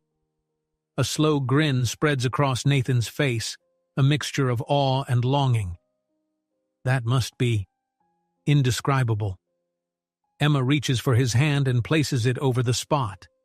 They wait. After a few seconds, there's another faint flutter. Nathan's expression lights up like he's witnessed a miracle. Emotion tightens his throat and he leans closer, pressing a light kiss to Emma's temple on an impulse of gratitude. She closes her eyes, letting herself savor the moment. It's a fleeting instant of closeness, so tender and personal that it almost startles them both. He pulls back, eyes searching hers for any sign he's overstepped. Emma finds herself blushing, but she doesn't move away. Instead, she rests her head on the back of the couch, feeling the exhaustion of the day mingle with a fragile sense of contentment. Time drifts. At some point, Nathan glances at the clock on the wall and sighs. "I should probably head out soon. Early meeting tomorrow." His tone is regretful. "But can I see you again later this week? Maybe catch up on how you're feeling, or just—" She nods, smiling softly. "I'd like that. We can pick a day." Relief brightens his features. He stands, and Emma follows him to the door. Their parting is gentle, a light squeeze of hands, eyes locked in a silent promise. Neither says the words swirling in their hearts, but the tenderness in their expressions speaks volumes. When he's gone, Emma leans against the closed door, letting out a breath she didn't realize she'd been holding. Tonight's dinner was more than a shared meal. It was a quiet affirmation that despite the complexities, media attention, corporate boards, and her own guarded independence, they can still carve out moments of genuine connection. She pads back into the living room, noticing the empty takeout containers and the lingering scent of curry. A new sense of resolve floods her veins. She can do this. They can do this. She's not certain what shape their relationship will ultimately take, or how long it'll withstand public scrutiny. But the baby's soft kicks remind her that life doesn't always wait for perfect circumstances. Sometimes it simply asks for courage and hope. And tonight, for the first time in a long while, Emma dares to believe they both have enough of each to make this extraordinary journey together. Days turn into a quiet routine for Emma Walker and Nathan Fuller, a delicate dance between cautious optimism and the looming threat of exposure. Emma continues her work at the charity, tying up any final business from the gala and quietly starting to plan new initiatives for the children's programs. Nathan, true to his word, carves out time between meetings and corporate obligations to check on Emma, sometimes driving across town just to bring her lunch or help carry groceries upstairs to her apartment. Their evenings are often spent together in Emma's cozy living room, sharing simple dinners or chatting about baby names. Emma finds herself opening up, little by little, about her childhood and her fears of being a single mother. In turn, Nathan talks about the pressures from his board and investors, about how the immense success he's built feels hollow if he can't live authentically. The pregnancy itself is marching forward too. At nearly 6 months, Emma's baby bump is no longer subtle. She's thankful that the winter weather justifies wearing coats and loose sweaters which help disguise her changing silhouette whenever she's out in public. But with each week that passes, she knows it'll become harder to hide. One blustery afternoon, Emma stands by her window, watching gray clouds roll in over the city. She sees a small crowd of teenagers passing on the sidewalk below, laughing and huddling against the wind. Her phone chimes. A call from the charity's executive director, Alan. "Emma," Alan says, voice crackling over the line, "I just got word from a major sponsor who wants a face-to-face with you. Something about a potential new project." Emma raises an eyebrow. "That's great news. Which sponsor?" Alan's tone is hesitant. "They said they're from the Garrison Group. Don't you recall they had a smaller presence at our gala last year?" Emma thinks back, remembering a polite but unremarkable conversation with a representative from that conglomerate. "Yeah, vaguely. Did they mention a date or place?" "Tomorrow afternoon, at their offices on Pine Street." Alan hesitates. "They specifically asked for you. Sounded urgent." "All right," Emma says, curiosity piqued. "I'll confirm with them and go. Hopefully it's something good for the kids." They exchange goodbyes. Emma hangs up, a hint of excitement stirring. A new sponsor could be a boon to the organization, especially while her position remains stable. She's determined to keep her professional life intact, even if or when the news of her pregnancy breaks. The following day, Emma sets out for the Garrison Group offices. She's donned a flowing blouse and a loose blazer, hoping it will diminish attention to her growing belly. The building itself is all glass and steel, a towering testament to corporate might. A polite receptionist escorts her to a polished conference room on the 25th floor. Inside, 2 individuals wait, a middle-aged man in a tailored suit and a younger woman, stylishly dressed with an air of confidence. Emma offers a polite handshake to each. "Ms. Walker," the man says with a warm, practiced smile, "I'm Stephen Garrison, Managing Director here. Thank you for coming on short notice." Emma notes that the younger woman doesn't introduce herself, simply watches Emma with a hint of curiosity. "Of course," Emma replies, taking a seat. "I'm interested to hear more about your idea for supporting the charity." Stephen steeples his fingers. "The Garrison Group has been expanding into philanthropic ventures. We were impressed by how you secured such a massive donation at the recent gala. That $1 million match from Mr. Fuller, quite a coup." Emma's spine stiffens slightly, wary of the angle. "It was unexpected, but we're grateful for his generosity." Indeed. Stephen's gaze flicks to the silent woman beside him. We're exploring the possibility of a joint initiative, a mentorship program for at-risk youth, possibly at a nationwide scale. We'd be providing significant funding if we can align with the right partners. Emma brightens. That's a remarkable goal. Futures for Children would definitely be interested in such a collaboration. We have experience running smaller mentoring programs. Scaling up has always been our dream. Precisely, Stephen says, his smile widening. But to make this happen, we need to ensure our partners are prepared for public scrutiny and, more importantly, can maintain stable relationships with other sponsors. Reputation matters a great deal to us. Emma nods. She's accustomed to hearing about brand integrity from potential donors. Of course, we keep a transparent profile. If you'd like references or data from our previous donors, I can provide plenty of... Actually, the younger woman interrupts, leaning forward with a cool expression. Our concern isn't with your professional track record, Ms. Walker. It's with your personal one. A chill slides down Emma's spine. I'm sorry? Stephen clears his throat, as if stepping in before the woman can sharpen her words further.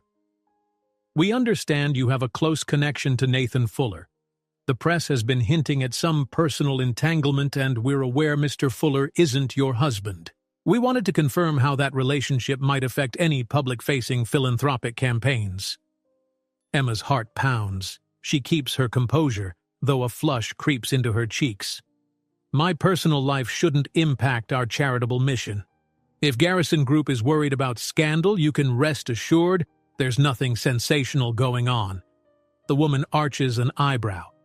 Is that so? Because rumor has it Mr. Fuller's direct donation to your organization was fueled by more than simple altruism. And now you've been seen meeting each other socially. We pride ourselves on stable partnerships, Ms. Walker. We can't risk a fiasco if the press decides to twist the narrative. A swirl of anger stirs in Emma's gut. She wants to retort that the baby is none of their business, that her relationship with Nathan is personal. But she knows losing her cool might jeopardize a potential partnership that could help countless children. She settles for measured politeness. Whatever Mr. Fuller's or my personal circumstances might be, the charity's reputation remains solid, she says, voice steady. We've maintained positive media coverage, and any speculation is purely rumor. Our donors respect our work. End of story. Stephen smiles thinly. Thank you for clarifying. However, we prefer absolute transparency. Should you become the center of a media storm, it might overshadow Garrison's philanthropic efforts. We'd like assurance that your arrangement with Mr. Fuller won't erupt into controversy. Emma's nails dig into her palms beneath the table.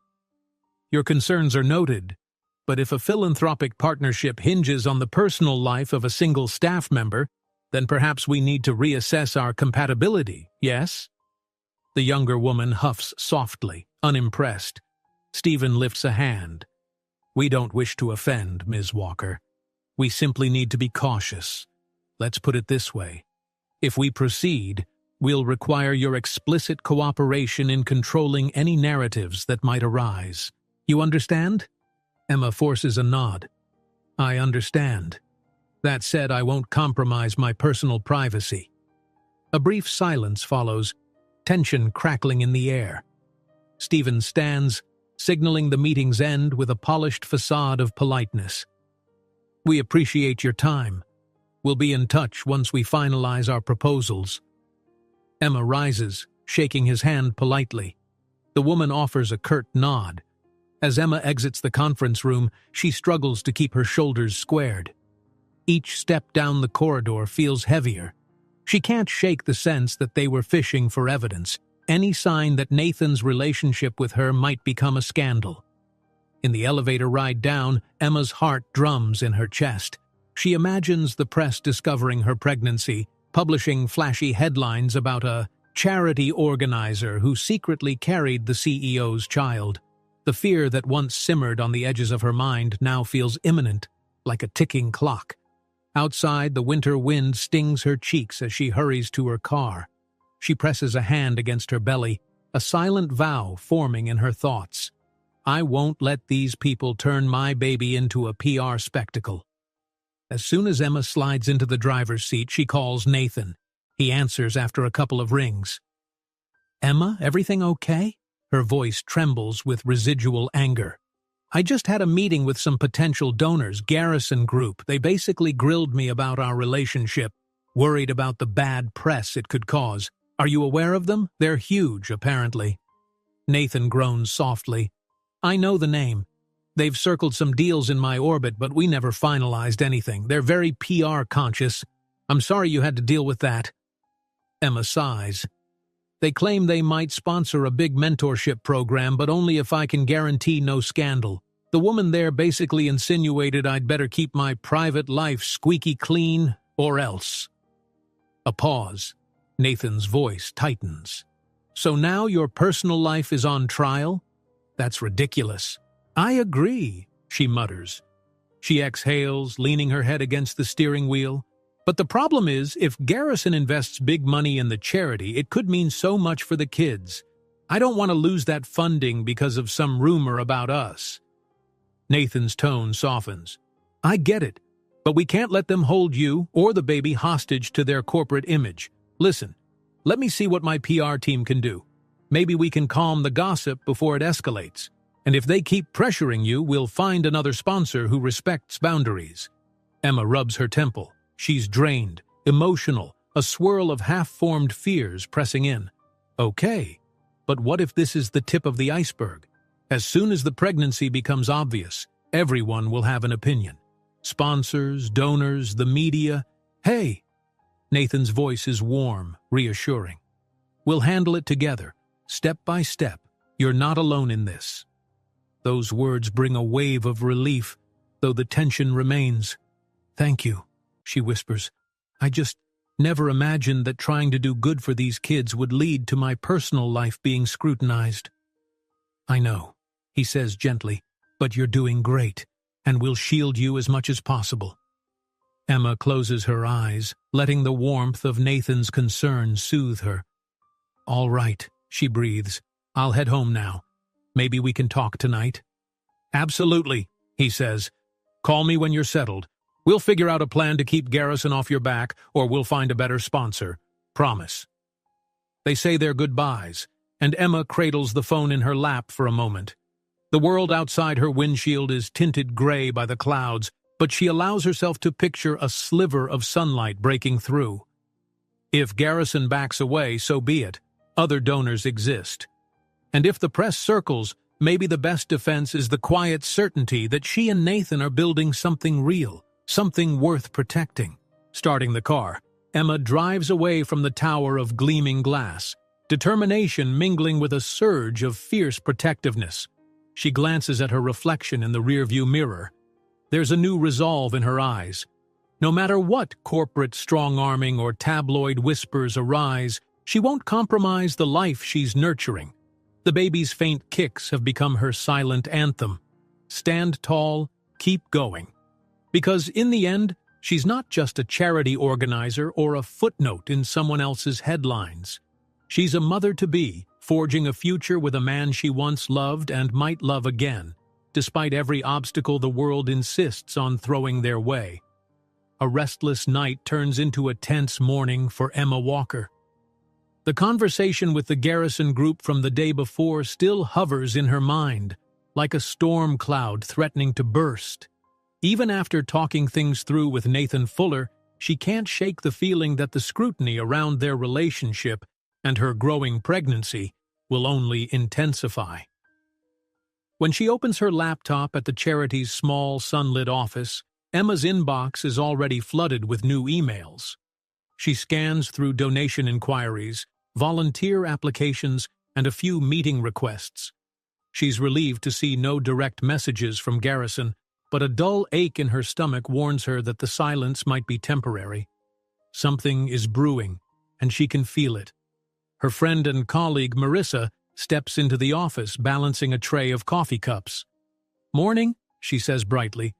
"Figured you could use a caffeine boost. Well, decaf in your case. She places one of the cups on Emma's desk with a knowing smile. Emma musters a small laugh, grateful for Marissa's attempt at normalcy. You read my mind. Sipping the warm drink, she appreciates the fleeting comfort. Thanks. It's been a wild week. Still dealing with that Garrison stuff? Emma nods, closing an email. They didn't say no outright, but their approach was borderline threatening. They're worried about me and Nathan, any scandal that might overshadow their philanthropic image. Marissa makes a face, leaning against a nearby desk. That's so shallow. Don't they realize this is about helping kids, not grading your personal life? Apparently not. Emma sighs. At this point, I'd rather find another donor, but I also don't want to turn down a potential $1 million partnership that could benefit the children. She presses her palm gently over her baby bump, feeling a ripple of movement. Everything's complicated. Marissa's expression softens. You have to do what's best for you and the organization. If Garrison tries to micromanage your personal life, it's not worth it. There are other corporate donors out there. Emma nods, though the tension in her gut doesn't subside. She returns to her inbox, mind whirling with contingency plans. After a while, she decides to take a break and step outside for fresh air. Tugging on a warm coat to hide her bump, she exits the building into the crisp morning. The sun glints off nearby skyscrapers, a reminder of the city's relentless hustle. As she walks down the block, her phone buzzes in her coat pocket. She checks the screen, relieved to see Nathan's name. Hey, she answers, stepping into a quiet alcove by a corner cafe. Nathan's voice, usually calm, crackles with urgency. Emma, I just got off a call with my PR lead.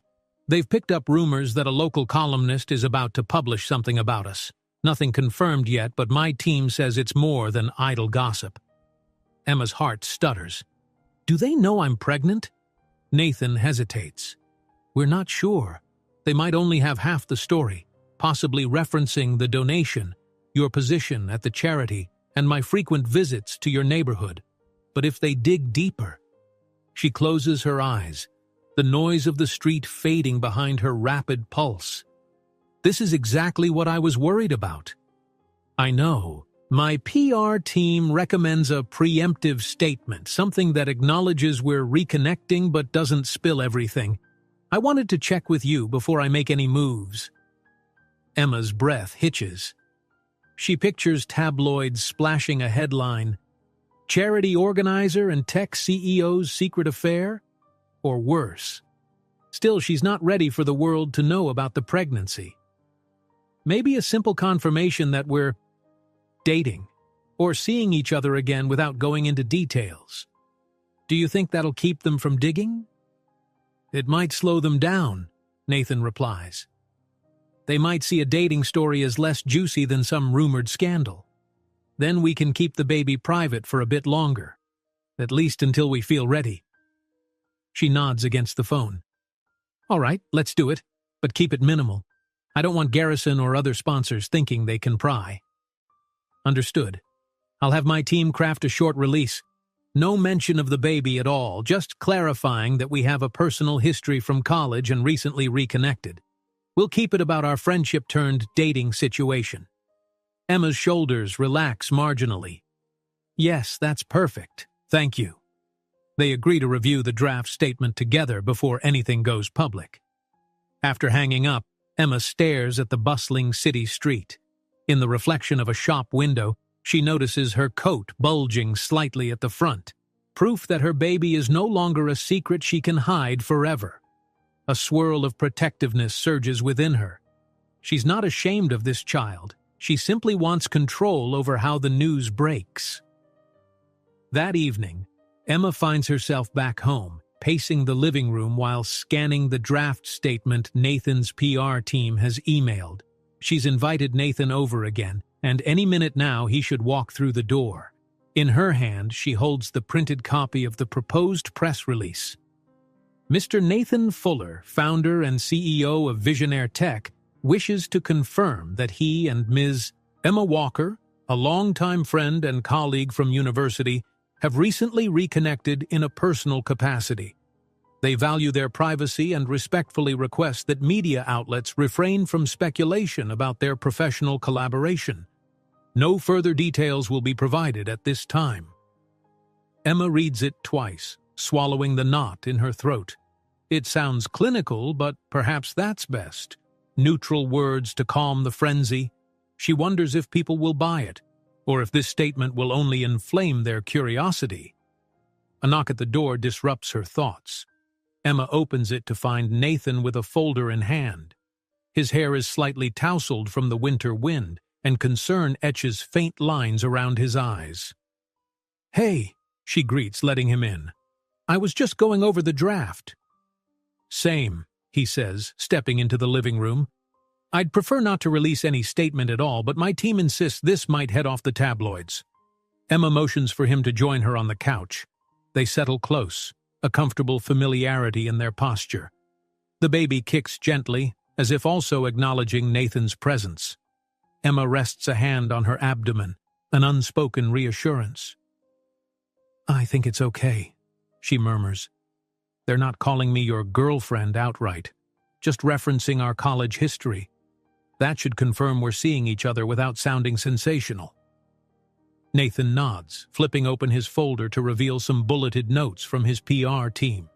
They also suggest we do a low-key interview in a month or so if speculation spikes again. Something small, like a local paper, just to show good faith. "But we can cross that bridge later." Emma grimaces. "An interview? That's the last thing I want. But if it's necessary..." He leans back, exhaling. "Let's not commit yet. We'll see how this statement lands." A pause. "How was work today?" She recounts a quiet day of sorting new volunteer applications and responding to queries from smaller donors. The Garrison group didn't reach out, which Emma isn't sure is a good or bad sign. "Maybe they're waiting to see how the rumor mill plays out," she muses. "If the press labels me as some tabloid figure, Garrison might pull back." Nathan sets a comforting hand on her shoulder. "We'll figure it out. And if Garrison decides to bail, your organization will survive. You'll find another donor, I promise." Warmth flows through her at his confidence. They discuss strategies for future sponsor outreach and how to handle delicate in-person conversations about the donation match. Emma eventually stands, wandering into the kitchen to fetch water. Nathan follows, leaning against the counter as she fills 2 glasses. "You're quiet," she notes, peering at him. "Something else on your mind?" Nathan's gaze drops to the tiled floor. "Just this baby. We're nearly at 6 months, Emma. In a few weeks, we'll be in the final trimester. Sometimes it feels like time's slipping through my fingers. There's so much I want to do. Set up a nursery, buy all the baby stuff, research birthing classes." He looks at her earnestly. "But I don't know how to help without overstepping." A gentle wave of affection softens Emma's features. She slides a glass of water into his hand. "You're not overstepping. I appreciate that you want to be involved. I've done some research on my own, but I'd be lying if I said I wasn't overwhelmed." He sips the water, nodding. "Then maybe we can tackle it together. We'll keep it quiet, no big store appearances. But we could browse baby essentials online or talk through stuff we'll need. And if you're open to it, we can do a small registry under a pseudonym to avoid tipping off reporters." Emma lets out a breathy laugh. "A pseudonym, huh? That's so spy-like. But yeah, that could work." She thinks of baby cribs, strollers, tiny onesies. A tender feeling blooms in her chest. It's strange imagining we'll have a real nursery somewhere. Maybe at my place or mine, Nathan says softly, meeting her gaze. "Or both, if we end up splitting time. I just want you to know that wherever the baby ends up sleeping, you have my support. Financially, emotionally, whatever it takes." Tears prick Emma's eyes at his heartfelt promise. She sets her water glass on the counter, impulsively stepping closer. "I know, thank you," she whispers, letting her forehead rest against his shoulder for a moment. He's warm, steady, everything she once feared losing. Now somehow he feels like the anchor she desperately needs. They stand there in the dim kitchen lighting, savoring a fragile moment of unity. The hush envelops them until the baby kicks again, earning a soft laugh from Emma. Nathan gently places a palm over her belly, feeling the faint thump beneath his touch. Looks like they approve, he murmurs, voice thick with emotion. Emma breathes in, letting the closeness dissolve her tension, if only briefly. She's all too aware that soon they'll finalize that press statement and send it out to the world. Reporters might descend, sponsors might judge, Garrison might attempt more manipulation, but for now, in this modest apartment, it's just the three of them, a mother, a father, and a tiny heartbeat forging an unbreakable bond. Eventually, they drift back to the living room. Over the next hour, they pore over the press statement one last time, making minor edits. Emma's anxiety flares, but Nathan's presence keeps her grounded. She realizes that no matter what corporate empires or headlines try to twist their story, they have each other's backs. As the night stretches on, Nathan leans over to press send on his laptop. The official statement is out, a small ripple in the media ocean. He looks to Emma, who exhales sharply, relief and dread mingling. "It's done," she murmurs. "Now we wait." Nathan slips an arm around her shoulders. "Whatever happens, we'll handle it. Together." She nestles closer, letting that promise settle in her chest. Through every uncertain day and every unwanted spotlight, they'll keep fighting to protect what truly matters, the miracle growing inside her and the bond that's rekindling between them. In the hush of that moment, Emma finally lets herself believe that, despite all odds, they can craft a future worth embracing, one shaped by love, resilience, and the quiet triumph of choosing family over fear. The winter wind howls outside Emma Walker's apartment window, rattling the glass. Inside, in the soft glow of a floor lamp, Emma and Nathan Fuller sit side by side on the couch, scrolling through Emma's phone. They've been following the fallout from the press statement all day. While there's been a flurry of social media posts speculating on their reconnection and a couple of minor gossip column blurbs, it's surprisingly calmer than either anticipated. "It's not front-page scandal material," Nathan observes, letting out a half laugh. "It's more like tech CEO has a college sweetheart, possible romance rekindled. Most of it is fairly tame." Emma exhales with relief. "That's good. I was bracing for conspiracy theories or photographers camped on my doorstep." She glances around the living room. So far, no paparazzi in sight, fingers crossed. Nathan sets the phone aside and gently places a hand on Emma's baby bump. She's into her final trimester now. Each week brings a new kind of anticipation and a fresh wave of anxiety. But having him close soothes her fraying nerves. "Any new flutters?" he asks, voice soft, as though speaking too loudly might scare off the moment. Emma nods, a small smile teasing her lips. "A lot. This baby seems to love early evenings, probably even more once he or she is awake enough to sense the chaos of the world out here." He shares her smile, the same look of wonder he's worn at every ultrasound and every gentle kick he's been lucky enough to feel. "I'm ready for that chaos," he says quietly.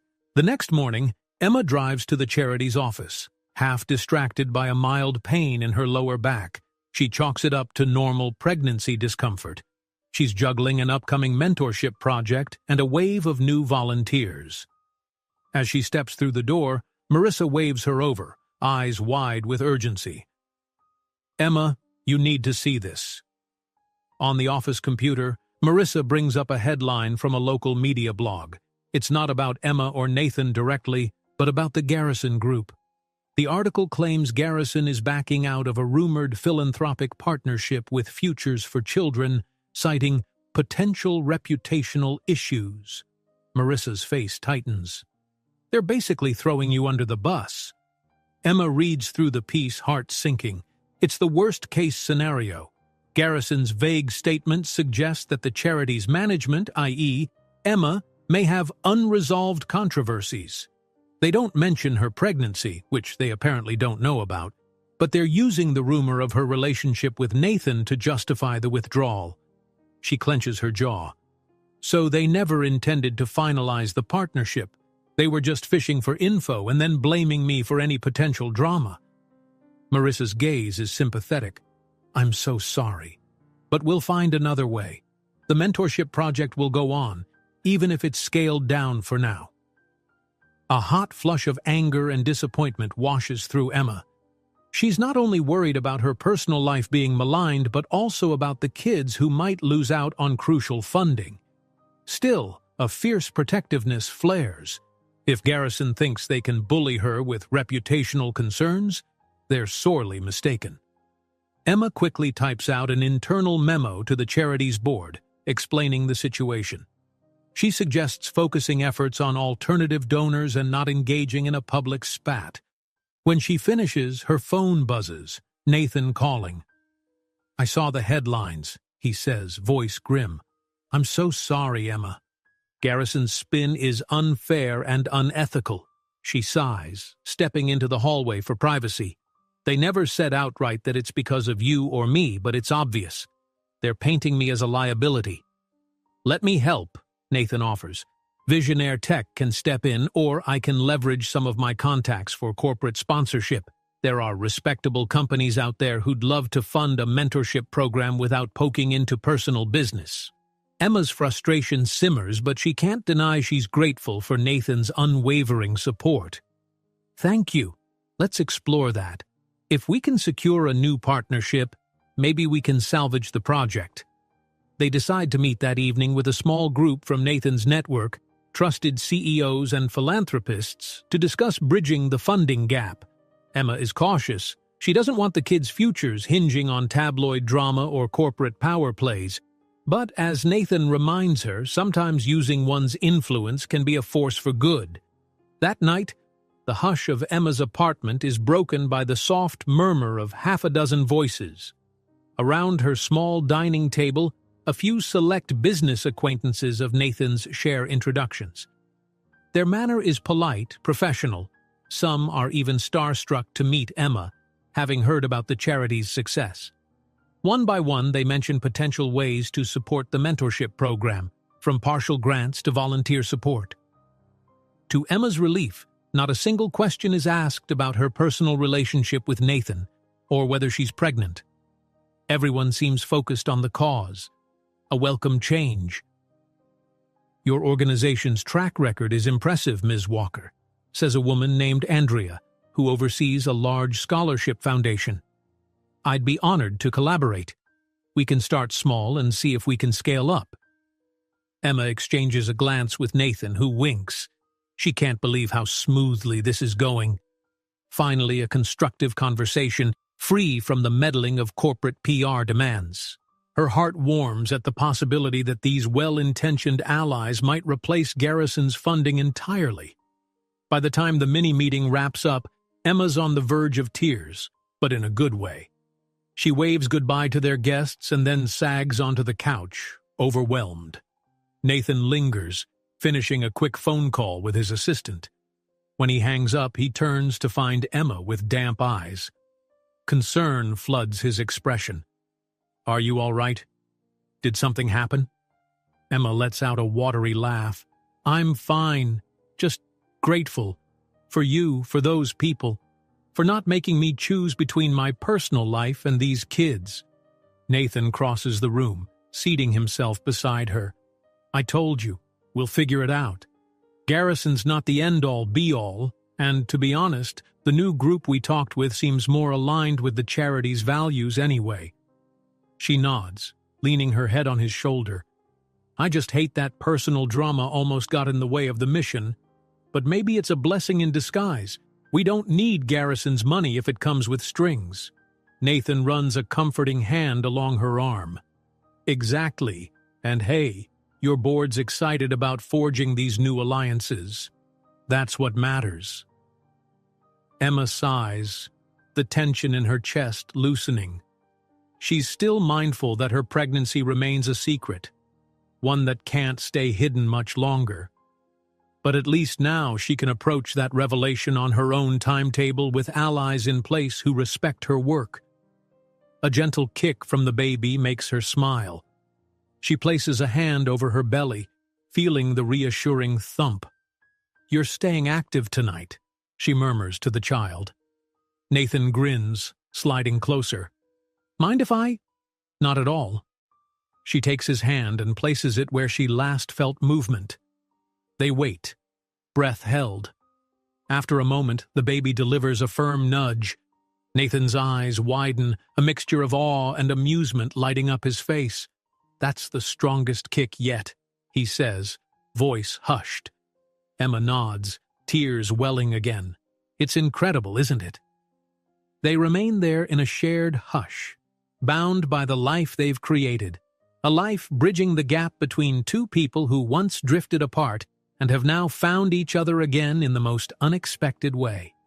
As winter eases toward spring, the city thaws, and with it, some of the tension around Emma and Nathan's announcement. The tabloids quickly move on to other stories after a week or two, realizing the rumored reunion offers little salacious detail. Garrison ceases its underhanded digs, especially once word spreads that Emma secured a new sponsorship circle. The charity's mentorship program is back on track, better funded and more ethically aligned than anything Garrison proposed. Emma even breathes a sigh of relief when Andrea's foundation commits to a pilot program. No more corporate puppeteers trying to meddle in her private life. Emma's pregnancy blossoms into a visible curve that can't be mistaken for anything else. A few co-workers raise eyebrows but mostly congratulate her quietly. Most assume Nathan is the father. Some guess they're engaged. Others remain politely uncertain. Emma smiles off the questions, determined to keep her personal life hers, at least until she's ready to share more widely. One crisp morning near the end of her 7th month, Emma strolls into her office to find a small baby gift on her desk, a plush blanket and a handwritten note from Marissa, wishing her and the baby well. Emma's eyes sting with emotion. She's come so far from those lonely days when she believed she'd face motherhood on her own. That evening, after finishing a warm dinner at Emma's place, Nathan surprises her with a soft grin. "Hey, do you have a moment for a little drive?" Her eyebrows lift. "Right now? It's late." He nods, eyes shining with excitement. "I promise it's worth it." Curious, and trusting him, she agrees. They bundle up and step outside, her belly making her movements slower. He ushers her gently into his car, and they set off through the city's quiet streets. Buildings tower against the starry sky, lights glowing in windows like miniature galaxies. "Where are we going?" Emma finally asks, half amused at his secrecy. "You'll see," Nathan replies, lips curving into a secretive smile.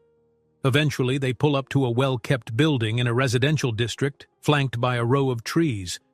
No skyscrapers here, just a calm, tree-lined avenue with neat sidewalks. Nathan kills the engine and steps out, offering his arm as Emma emerges. They walk toward the building's lobby.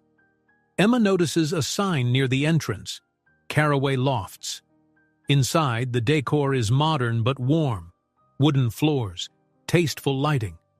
Her confusion grows until Nathan leads her down a hallway and unlocks a door. Inside is a vacant condominium, spacious yet cozy, with large windows overlooking a park. The floors glisten with fresh polish, and a hint of new paint lingers in the air. Emma's heart thumps as she takes in a living area big enough for a growing family, a kitchen with plenty of cabinet space, and a hallway leading to multiple bedrooms. Nathan gestures around with a sheepish grin. "I've been working on this quietly for a while. It's for us, if you want. A place that's bigger than your apartment or my bachelor pad. Something that's ours, together. But only if you're ready." Emma's eyes glisten. Her pulse pounds with a swirl of emotions, excitement, gratitude, and a trembling sense of hope. She drifts across the living room to the wide windows, gazing at the soft city lights in the distance. "Nathan, this is unbelievable. I don't know what to say. He steps beside her, voice gentle. Say you'll consider it. I'm not pressuring you to move in tomorrow, but I wanted to show you that I'm all in. If you need your own space, that's okay, but I can't stop picturing a nursery in that second bedroom, and us coming home after work to something that feels like a real home. Tears slip down her cheeks. She recalls the months of loneliness, the fear she carried when she first realized she was pregnant. Now, here stands the father of her child, offering not just financial support, but a true partnership. I love it, she whispers, turning to him. I do. I just still need time, but... Nathan cups her cheeks, softly wiping away her tears. Take all the time you need, he says, voice trembling with emotion. I'm not going anywhere. This place will be waiting whenever you're ready. She leans in, resting her forehead against his, breath shallow. There's no grand paparazzi swarm, no corporate boards hovering. It's just them, hearts thrumming in sync, forging a life that once felt impossible. In that unspoken moment, Emma understands that it's not about perfection or having every detail planned. It's about trust, choice, and the quiet certainty that they can face the world together. Tackling philanthropic challenges, corporate politics, and the joys and trials of parenthood with unwavering resolve. Thank you, she breathes, holding his gaze, for fighting for us, for this baby, for believing in me. His smile is soft, certain, always. Outside, the city continues its hum, people coming and going, deals being struck, headlines shifting, but Emma's heart is calm. She rests her hand over the gentle curve of her belly, Nathan's hand over hers, and in the hush of that newly revealed home, she dares to believe they've found something lasting. Tomorrow, they might face more gossip or new corporate entanglements, but tonight, hope blossoms brighter than the city lights. Because together, they've chosen love over fear, family over secrecy, and a future that glimmers with promise. A life in which the ticking clocks of boardrooms and tabloids can never overshadow the steady, precious heartbeat growing stronger every day. If you enjoyed this story, don't miss the next one. Just click on the screen.